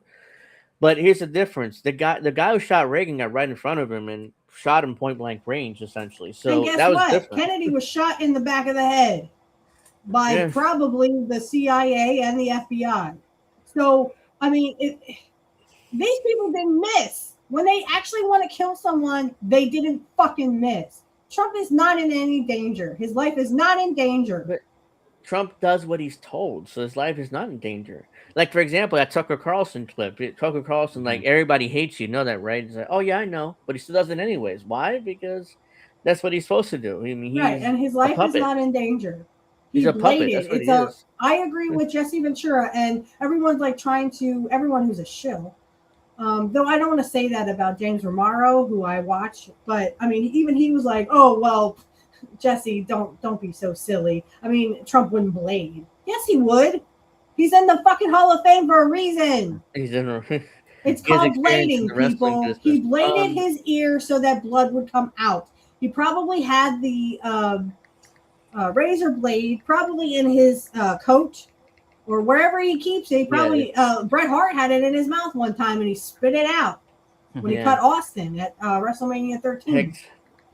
So Hexeth, as a third string Fox News host, a lot of balls here, claiming that inflating the Pentagon budget by 50% is fiscally responsible somehow. So let's see, Secretary of War Pete Hexeth. Poor people, why can't you just suffer? Why can't you poor people just give your money to rich people? We deserve it. How dare you? How dare you? Poor people want money. Don't you understand? The rich need it more than you. This is what I'm talking about. Yeah, the inflating the Pentagon's budget to $1.5 trillion for 2027 was a quote-unquote fiscally responsible investment, as the administration attempts to justify its record-shattering military budget request. Thanks to President Trump, the $1.5 trillion defense budget, this War Department has moved from bureaucracy to business. This is a fiscally responsible investment in arsenal of freedom, ensuring our military remains the most lethal fighting force in the world. It's an actual video here, so I'm tired of reading, so let's see. A broken Pentagon bureaucracy was doing the same thing for decades. When our warfighters needed more weapons, aircraft, and ships, the Department of Defense allowed contractors to double dip at your expense. They charged you, the taxpayer, to build their factories. Look, this party isn't wrong about, but it's hypocrisy because I'm sure that they would love to do this too. So charge you again for the final product. And despite paying companies to make weapons faster, schedule delays were constant and cost overruns were the norm. All while their CEOs got rich. But today, President Trump's War Department is flipping this rigged system on its head. We're not tolerating delays in production or cost overruns anymore. We've pushed out the bureaucrats who've made these deals in the past. Yeah, how dare you not make our war weapons? How dare you have delays, you motherfuckers? Jesus, don't fucking suck a dick. A group of businessmen so elite, they've been rightly dubbed. You are elite, motherfucker. You are the elite. Oh, that's cringe. Deal Team 6. It's simple. So cringe. We're putting the American taxpayer first by offering you a better deal. Yeah, we right. Now move at yeah, the speed you're putting of us first into the fire. Yeah, yeah, you're pushing us better over into the deal. volcano.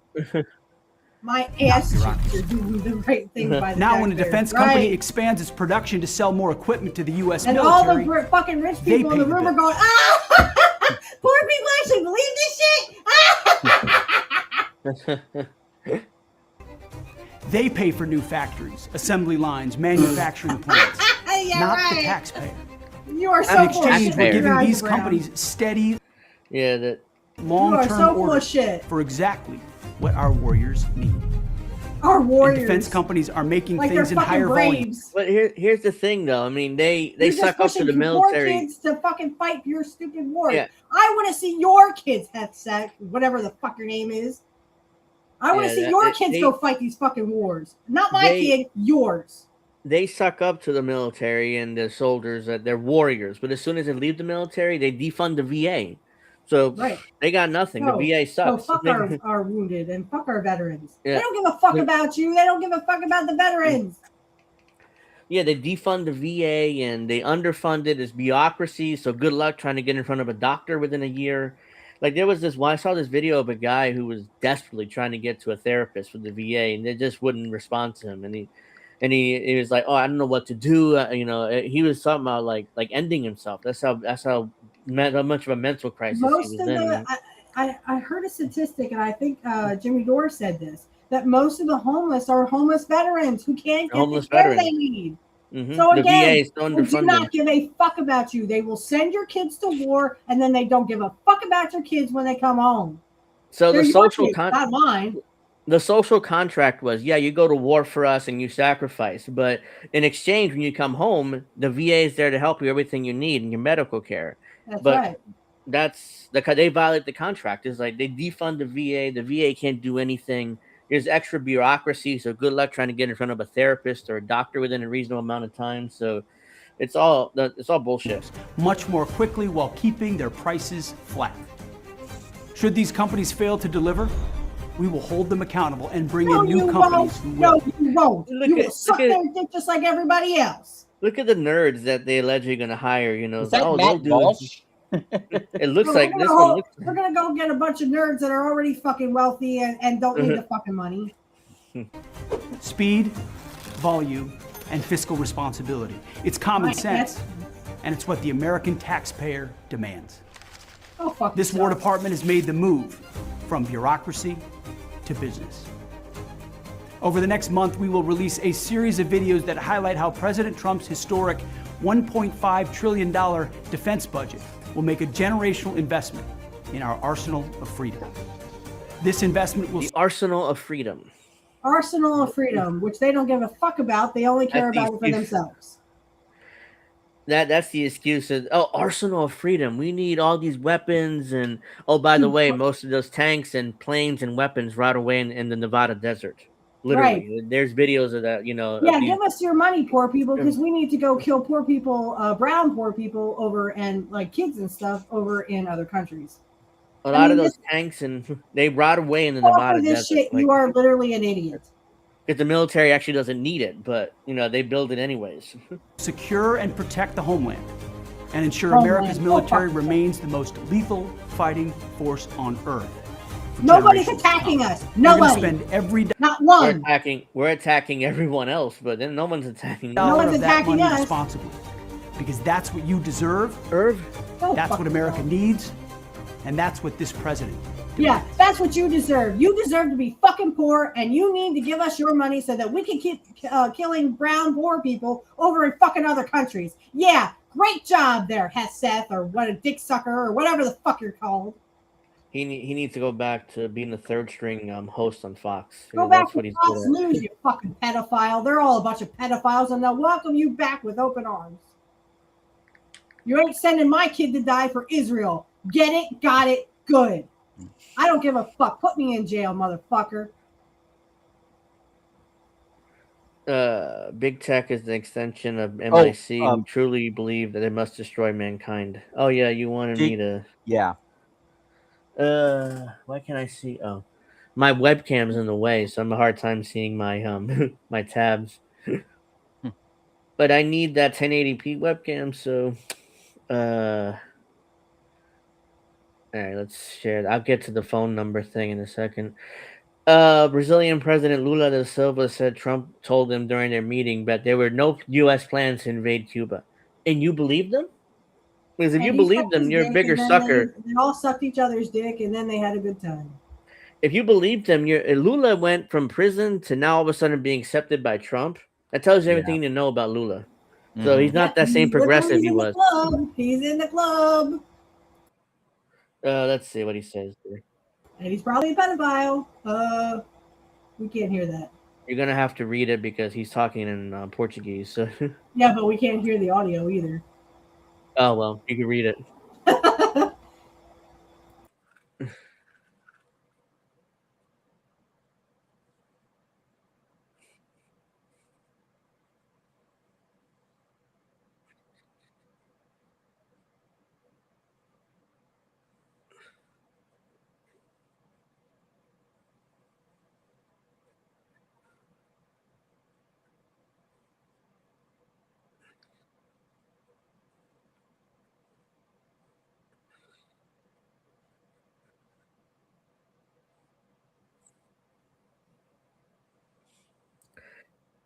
Yeah.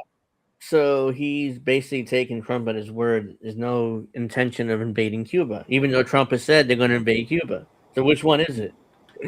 Trump doesn't know, but he'll do whatever his little I don't think he pedophile even friends knows. tell him to. I don't think he even knows what his policy is. He goes back and forth on Cuba, so it's like he's waiting for a ruling from his donors, basically. Yep. The FCC now wants your ID before you get a phone number. So this is the excuse behind this is the FCC just proposed fixing your robocall problem by building a kind of phone. Ass cheeks. You'll get more robocalls. Yeah, so that's an excuse to demand ID because they're trying to get rid of robocalls by building a kind of phone user registry that private advocates have spent decades trying to prevent. Sorry, you're not getting my ID. Go suck a dick. The era of the anonymous phone user number could be ending. On April 30th, the Federal Communications Commission voted unanimously to approve a proposal requiring telecom providers to verify customers' identities before activating service. Here's by the way, the Federal Communications Commission, their commission also includes Democrats. So even Democrats voted favor of this. So there's 2 Republicans and 2 Democrats, I believe, and they all voted in favor of this. Bipartisan means we're all getting fucked. Yeah, whenever it is bipartisanship, we're getting fucked without lube, basically. Yeah, that's what George Carlin said. Yeah, that's where I got it from. We all love George Carlin here. So, the Federal Communications, blah blah blah. Okay, government issued IDs, physical address, legal name, and existing phone numbers will all be included.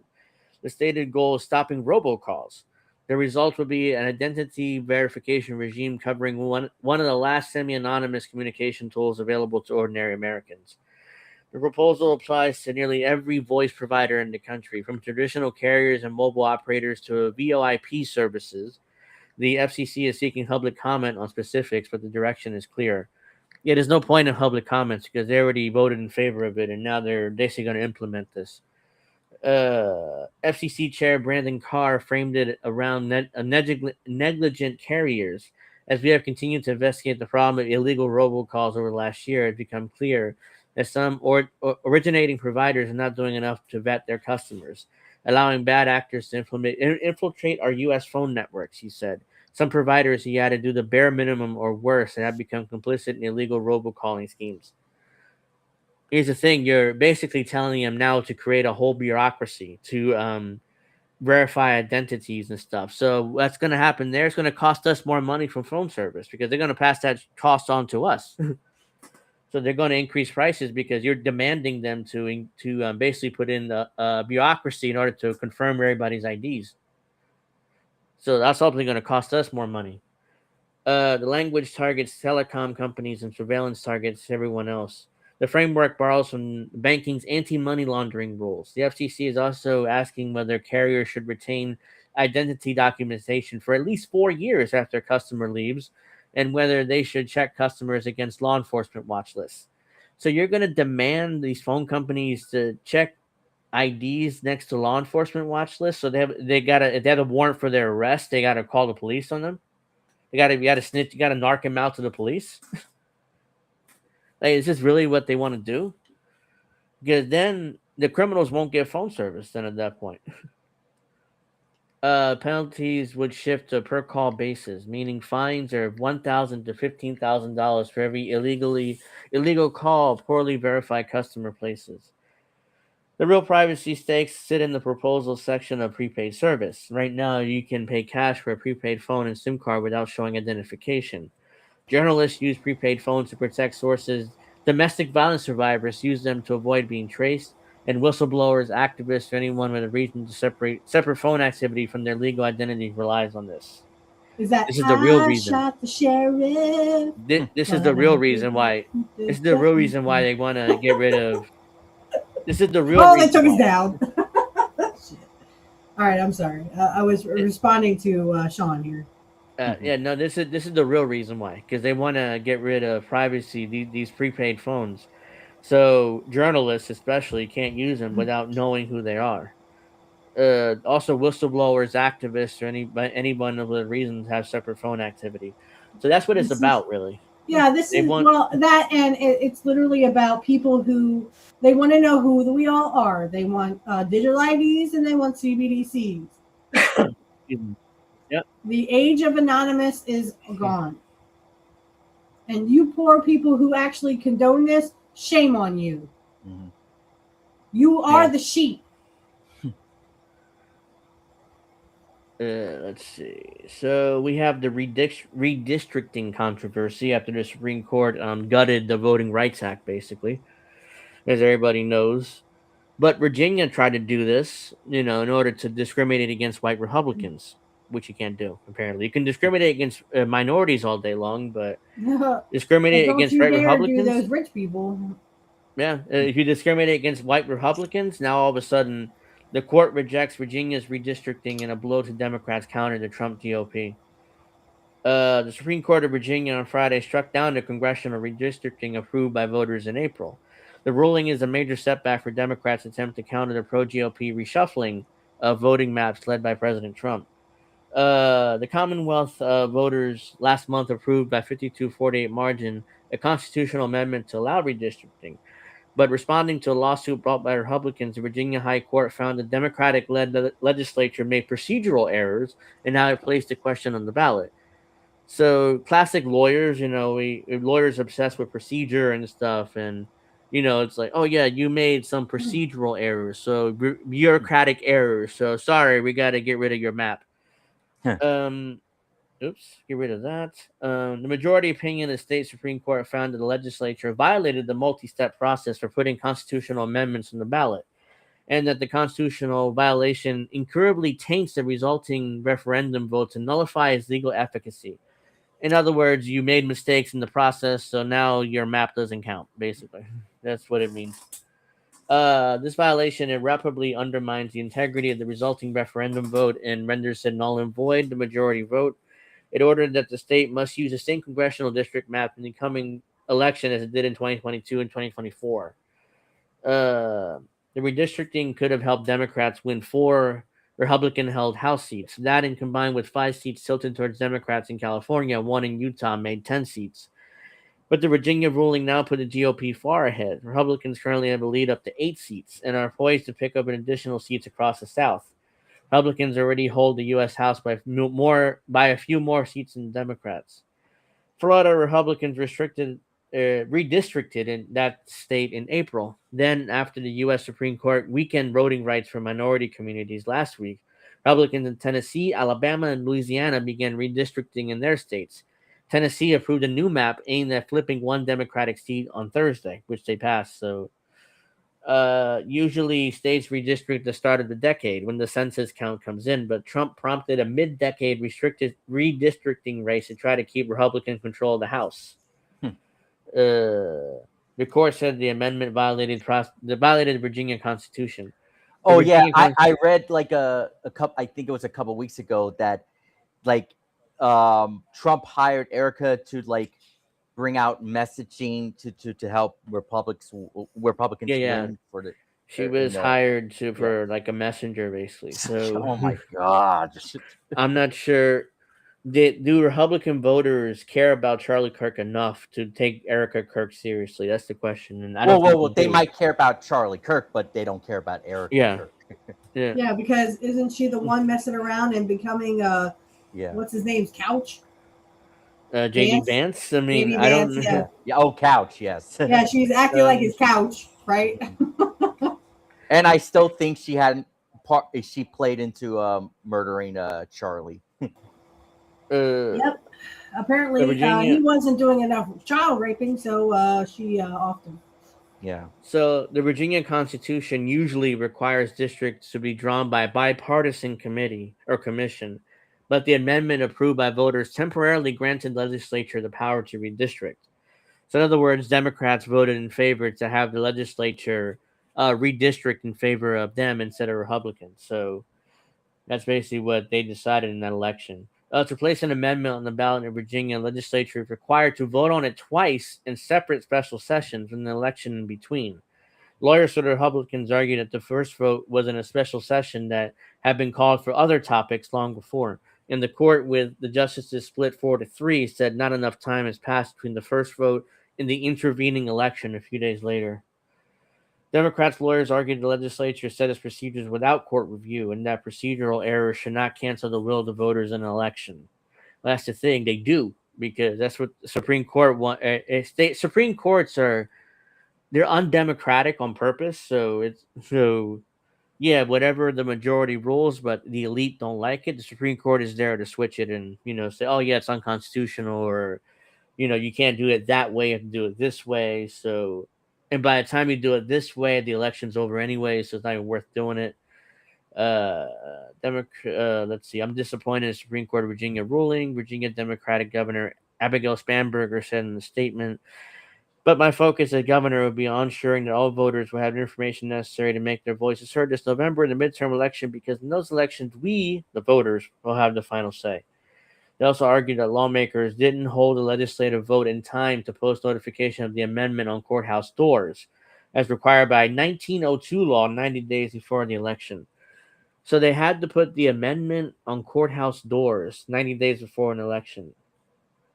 1902 law, like we're talking about over 100 years ago, and somehow they had to do that. But Democratic lawyers argued 1902 law had been repealed and was out of date. They also argued that the legislature set its procedures without court review and the procedural error shouldn't cancel, blah, blah, blah. I think I already read that. I don't know why it's there again. Republicans cheered the ruling Friday. Democrats just learned when you try to rig elections, you lose. Republican National Committee Chair Joe Grunter said in the statement, today, the Virginia Supreme Court sided with the rule of law and struck down Democrats' unconstitutional maps. The worst person just made a great point. Yeah. Let's see. Representative Susan DeBean chaired the Democratic Congressional Campaign Committee, said in a statement that 4 unelected judges decided to cast aside the will of voters. Again, it's always when Supreme Court rules in favor of Democrats, all of a sudden they're heroes. But as soon as they rule against Democrats, they're unelected judges that ruin the will of the people. Yes, Kurt, it'll be, I pledge allegiance to Bibi of the United States of Israel. This is set back a terrible message to Americans. A powerful elite would do anything they can to silence you. House Democrats will not let this happen, even though we are funded by said elite. Our democracy was founded in the belief that the people will have the final say. In November, they will, and the power Democrats in the majority. There you go. There you fucking go. Our founding fathers were all rich people. Of course, some of them died very, very poor. But again, these were rich people who literally made the electoral college. There we go. And didn't give a fuck about poor people. Yep. Okay. Thanks for staying around, Natalie. We'll hopefully see you next week. Have a nice weekend. Fucking pisses me off every time. Yeah, so we got to get to this. The U.S. reinstates deportation proceedings against Palestinian green card holder student Moshin Mohadi excuse me if I butchered that, a pro-Palestine activist who led anti-war protests at Columbia University was detained for 2 weeks during a citizenship interview last year. And why was he protesting? Can they actually say why? Good night, Daddy. Let's see. The U.S. Board of Immigration Appeals has reinstated deportation proceedings against Mohsin Mohaadi, a Palestinian green card holder who helped lead anti-war protests at Columbia University last year, as legal team said. Mohaadi, who has permanent U.S. residency or green card status, was detained by U.S. Immigration and Customs Enforcement, ICE, when he attended an American citizenship interview in Vermont in mid-April last year. The government continues to weaponize the immigration system to silence dissent, Mohaadi said in a statement shared by his legal team. The 34-year-old, who is studying for a master's degree at Columbia School of International and Public Affairs, was detained by ICE agents following his participation in campus protests against Israel's war on Gaza. He was released 2 weeks after his detention, but deportation proceedings remain in place. February this year, U.S. immigration judge blocked the efforts of the Trump administration to deport the student after the government failed to authenticate a memo from Secretary of State Marco Rubio demanding his removal from the country. So in other words, if you're not a citizen, if you have a green card status, Secretary of State just says, I want you out of the country, and pretty much you get deported at that point. So it's unfair, but that's how it works, unfortunately. Judge Nina Flores said the administration hoped to use the evidence in the case to remove Mohaadi from the U.S. by way of a photocopy of a document, adding that the filing is relevant to the case but not admissible as it lacked proper authentication. Then, immediately after that, the immigration judge was fired by the Trump administration last month after blocking Mohaadi's deportation. So the judge was immediately fired after ruling against Trump. So the administration, there you go. Born in a Palestinian refugee camp in the occupied West Bank, Mohaadi moved to the U.S. 10 years ago. He co-founded the Palestinian Student Union at Columbia in 2023 alongside Mahmoud Khalil, we know who that is, a prominent figure in a pro-Palestinian student movement who was also targeted by the U.S. administration. According to The Intercept, Mohaadi stepped back from campus protests in 2024 to build bridges with the Jewish and Israeli communities on campus. Mohaadi asked Shai Davadi, a pro-Israel assistant professor who had been accused of harassing and intimidating pro-Palestine students at Columbia, to meet him for coffee. Davadi reportedly left in the middle of their meeting. Less than 2 months after the meeting, Davadi posted a video of Mohaadi on X, Twitter, in a thread accusing him and other protest organizers of being anti-Semitic and pro-Hamas. Of course. Like, we all know that's their trick, when that's the trick of Zionists there. Last month, the Trump administration fired 6 judges, including those who blocked deportation cases against Mohaadi and Ramusia Öztürk, a Turkish pro-Palestine Tufts University student who was arrested for the op-ed article she co-authored. Oh, okay, she's the one that wrote that op-ed, which led to her arrest. Okay, so yeah. There you go. They're right back to trying to deport Palestinians and Turkish people who dare to stand against Zionist Israel. Excuse me. So, let's see. Let's get to this. Look at this. If you have a car, you're screwed. Gasoline in the U.S. now costs 50% more than it did before the Iran war. And it's worse in a state that has gas tax, because it's even higher than other states that don't. Like here, New Jersey is nearly $5 a gallon because we have multiple gas taxes. California is around what? I don't know how much it is out there, but because of gas taxes and stuff, sure, it's more expensive than the rest of the country. But the price of a gallon of regular gasoline climbed 31 cents in the past week, spiking to an average of $4.48 per gallon. Tuesday, according to AAA, hitting the wallets of drivers after rising 50% since the war in Iran began. The main reason drivers are paying more at the pump is because of the global energy crisis caused by the Iran war. Yeah, we Pennsylvania at $4.69. That's the average in Pennsylvania. Yeah, New Jersey is around almost $5, the average. The main reason drivers are paying more at the pump is because of global. Yeah, okay. The price of crude oil, which is the main ingredient in gasoline, has been climbing for the most part of the last 2 months.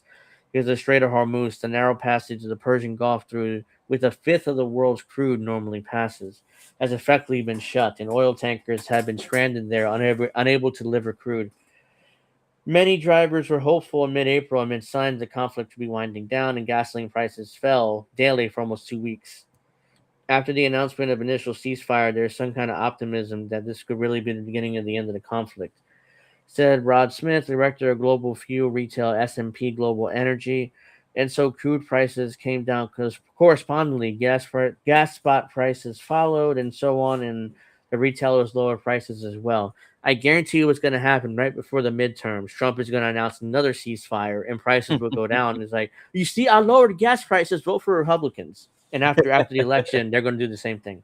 And then all his voters or paid commenters, whatever, they're all agreeing with him. Like, yeah, we support higher gas prices. Yeah, they're doing that too.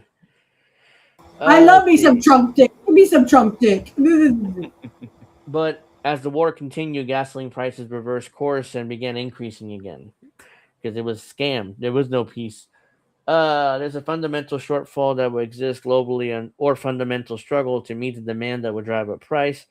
No matter what the government says or any market person think, there's a true kind of upward pressure that's being exerted on prices every day. The Strait of Hormuz is constrained and is still severely constrained. So who sets the gas prices? Gas station owners set prices at the pump, but a lot of factors go into what they decide to charge. The main ingredient in gasoline costs is the price of a barrel of crude oil. In the U.S., oil prices represent about 51% of the price of a gallon of gasoline in 2025. Well, half right. They're half right. The other part is the oil companies. The oil companies actually set the prices. So, and the gas station owners, they say how much to charge, but it comes down to the oil companies are like, well, we want to keep poor people out of cars, so only rich people can have cars. That way, we'll save on pollution. That's what they always disguise it as. Oh, well, there's too much pollution in the air. What they really mean is there are too many poor people having cars. Yeah. Again, rich people see us as cockroaches.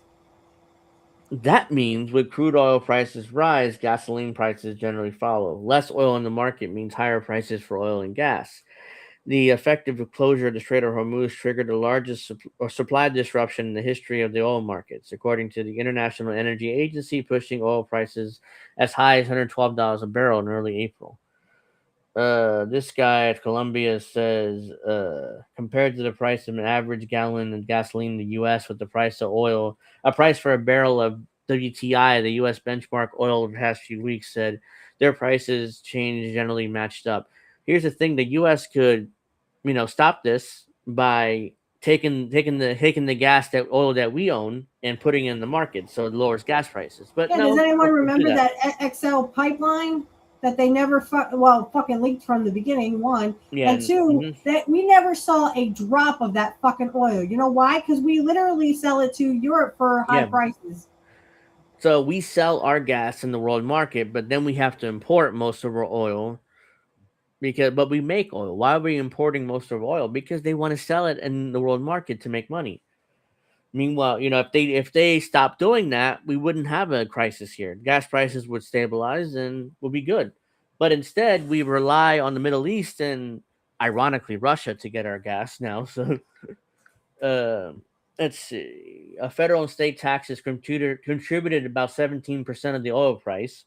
Refining costs and profits contributed 14%, and distribution and marketing contributed 17%. In some states, such as California, higher taxes and refining costs pushed the price of gasoline well above national average. Let's see. One event could have changed the trajectory of gas prices occurred in April when the U.S. blocked Iranian imports to stop the country from exporting oil. Iran has been moving at an unusually high amount of oil to the global markets, so that was helping moderate prices. The Trump administration decides they're going to punish Iran, but try to put more pressure on Iran by blocking their exports. So what happens there naturally raises prices on oil and gas.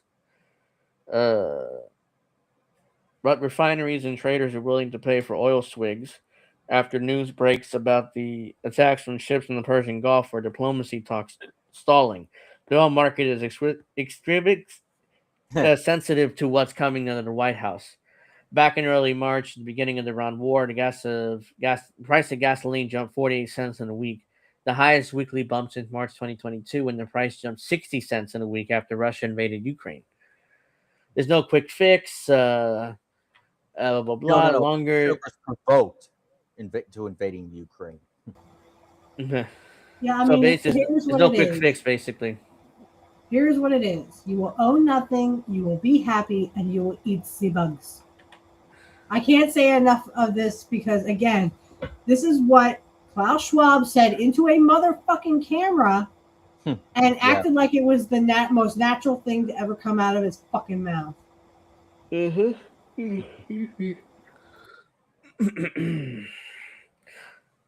is a pretty long article. I probably won't go through the whole thing, but it's a Richard Medhurst piece, whatever, and it's fascinating.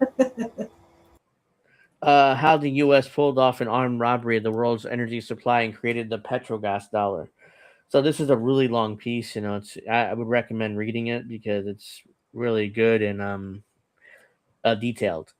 So it's tempting to believe the U.S. war machine is finished militarily. Iran had indeed dealt the U.S. the worst humiliation in modern history. But in the background, Washington has been quietly carrying out an armed robbery of the world's oil and gas supply. All of it.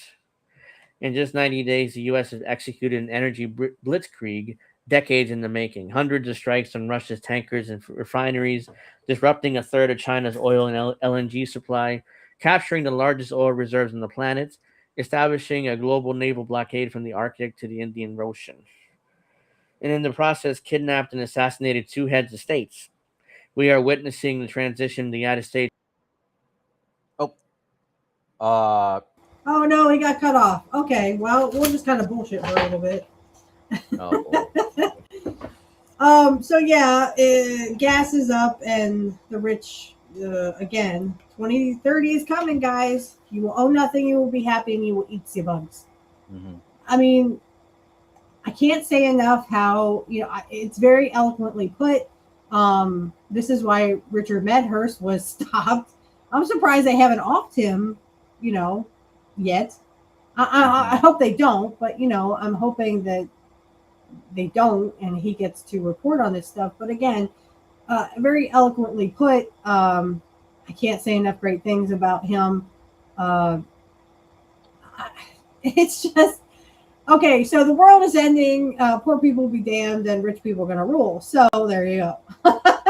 Right? No. I think that my little sister put it very eloquently that, the rich are here for a reason, right? So, unfortunately, they're here to stay. I could pull something up and read it. Yeah. And that was the Russians. There you are. You didn't know until you disconnected. Yeah, you totally went off the air, dude. Yeah. Oh. I was like, well, I'll just take over from here. I think I could read a couple articles from my little sister. I'm surprised you didn't notice that. No, I'm reading this went off the air. He's totally reading it, thinking he never went off the air. Yeah. So basically, what I was reading was. We got it. We got what you were saying. Yeah. So the reason why they forced Russia into invading Ukraine, it was the plan all along. Joe Biden kept running his mouth about how Ukraine was going to join NATO, which they knew was Russia's red line. So they knew Putin didn't have much of a choice but to invade. And once that invasion happens, they knew that the EU would do all these sanctions and virtue signal and grandstand about how, you can't invade another sovereign country, so now we can't do business with Russia anymore. And guess who was there to pick up the slack? The U.S. in our liquefied natural gas. Now we supply most of Europe's energy. Speaking of Ukraine, I gotta message you one more thing before we go. I'm not going to read this whole thing, but it's a great article. You may have seen it, but it's still. Next week, I'd like to do this inside JD Vance's calculated conversation to Catholicism, if you don't mind. Oh yeah, that's next week we are going to learn about the couch fucker himself. Excuse me, I couldn't say that right. Happy belated birthday to Kurt Boss, the bosses of all bosses. Yeah, happy birthday, man. Please, mandatory cakes in the chat. Oh, by the way, if you're any mothers out there, happy Mother's Day this Sunday. Yes, I am a I'm mother. not. We're not going to be on. We're not doing Happy pro upcoming wrestling Mother's talk, by Day, the way. Steph. Yeah, we're not No, doing pro we wrestling talk because we're watching Backlash. But we're watching yeah, Backlash, and Sunday I will be with my son, my lovely son. We're having a family dinner, and actually, I never got to meet my grandmother on my dad's side because she sadly passed away from brain cancer when he was 12. But we are going to. Oh, thank you. We are going to put some flowers on her grave, and just remember the good times. Thank you, Sean. When Condoleezza Rice or Joe Biden said Europe should want to depend on the U.S. energy and promised to put an end to Nord Stream, they meant it literally. By sanctioning Moscow and blowing up the Nord Stream pipelines, the U.S. just didn't hurt Russia. They turned Europe into the permanent U.S. client, securing long-term profits and cementing the petrogras dollar. So, by the way, when they bombed Nord Stream, it's another thing because they said, "Oh well, Ukraine did it." But meanwhile, who benefits? The United States again. So No, they said Russia did it. Oh yeah, no. They said it's true. They said Russia did it. They bombed their own pipeline. I was like, wait, what? Yeah, they bombed their own pipeline because they're stupid, right? I messaged you one more clip, Angel. For you Okay, I'm not gonna read this whole. I'll read a little bit more and I'll be done with it. So they claimed that Russia bombed their own pipelines. And why would they do that? They're gonna lose billions in profits. Hang on. Can we stop for a second? I got to do something. Yeah. Happy birthday to you. Happy birthday to you. Happy birthday, Kurt Boss. Happy birthday to you. Woo! All right, now there you back go. to the show. Let's see.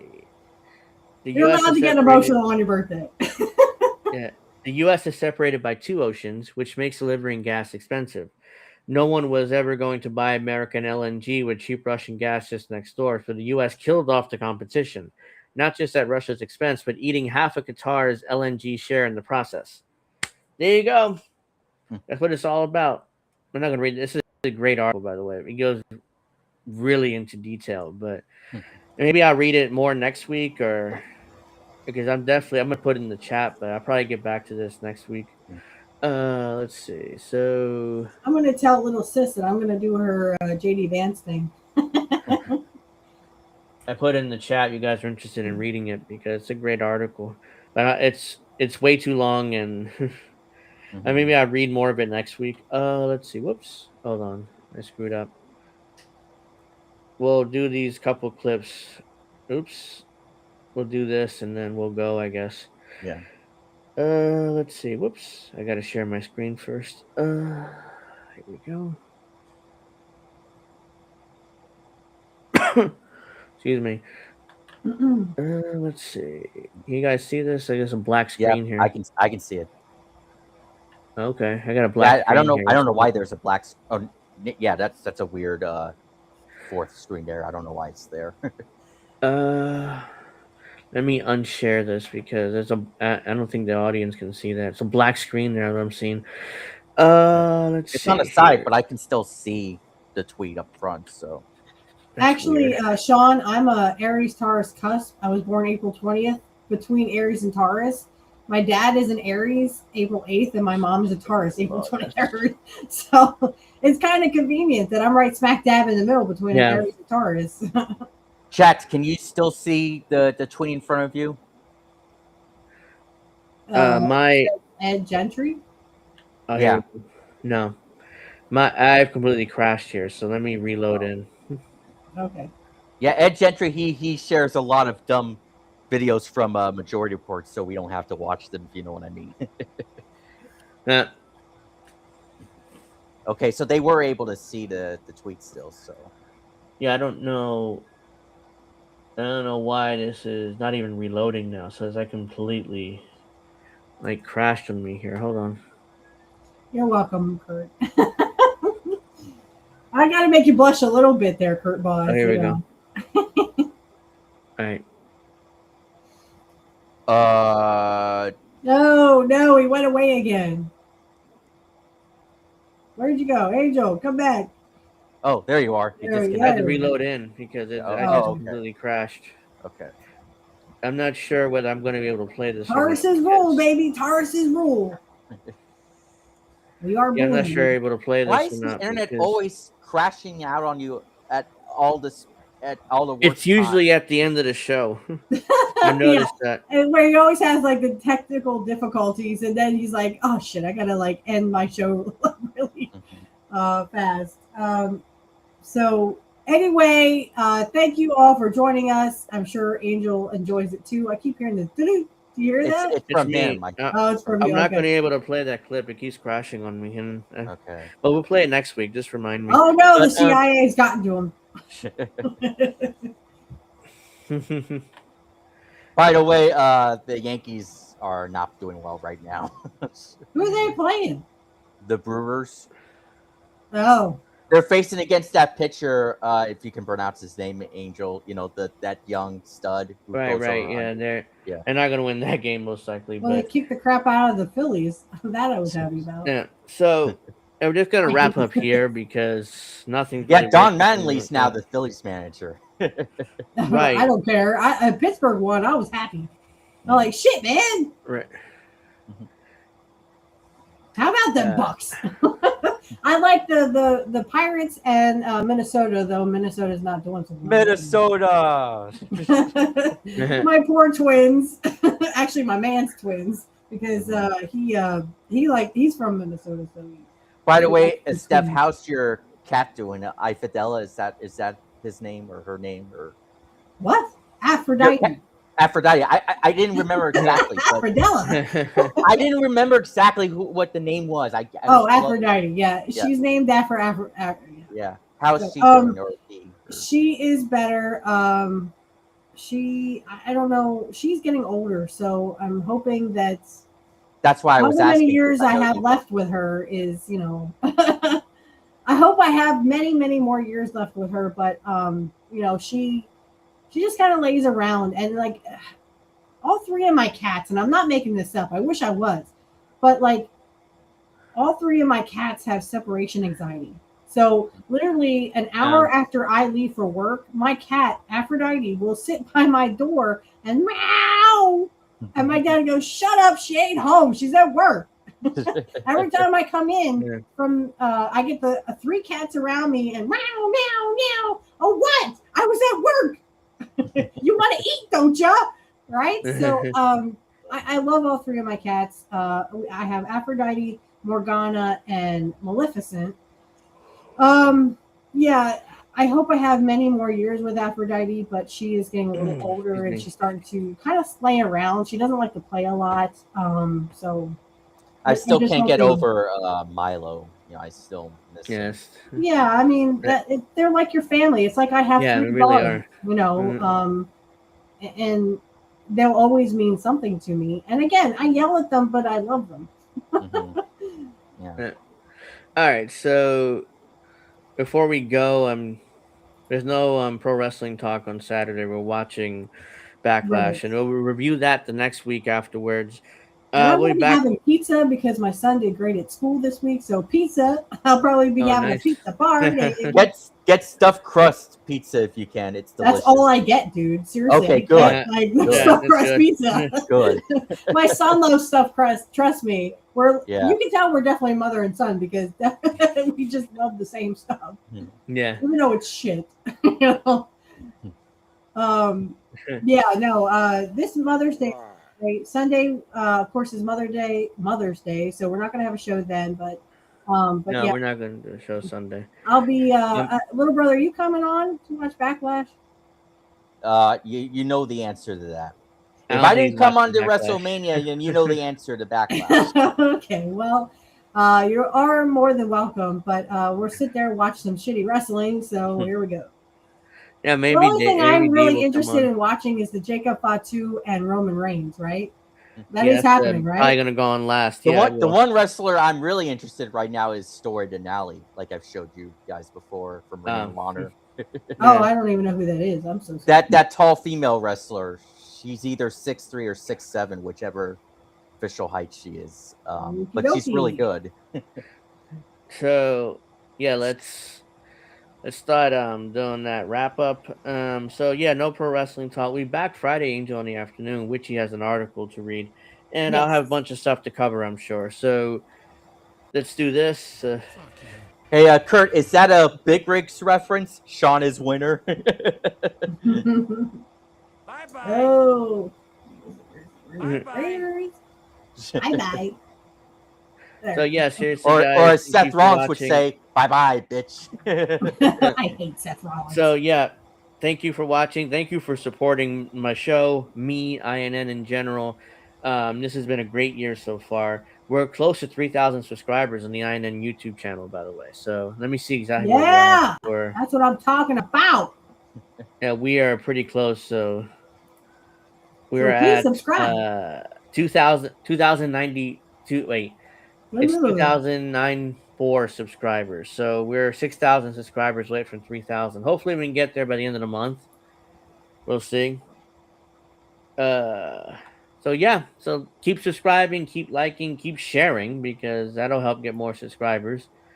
So want to thank everybody for watching. Give me that like, subscribe. I'm sure most of you already subscribed. You're watching, but if you're new, make sure you subscribe. Let's go into the weekend. Have a great Mother's Day weekend, by the way. Be with your moms if you still have your moms. I do. My mom's a bitch. Sorry. Yeah, there you go. But but I'm not a bitch to my mother. Yeah, if you have your mother, spend time with her, appreciate her. If you don't, if she's a bitch, then there's not much I can do about it. But still, try to call her anyway. So, but I mean, to all those mothers out there, like I'm a mother. My son made me a very special, love letter to your mother.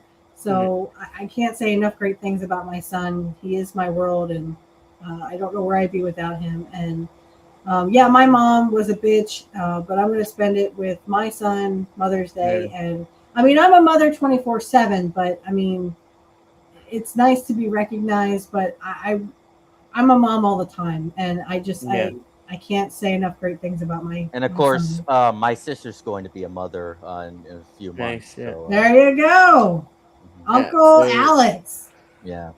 So as before we go, let's do this. Bye. And as Bret Hart says, like my favorite. Yeah, fuck you. All right, so seriously, tell us guys, how you really feel, Brett. Yeah. All right, until next time, next Friday, 7:00 Eastern. Have a safe Mother's Day weekend, and I just butchered that. Have a safe Mother's Day weekend. Have fun. Make sure you love your mothers, and peace out.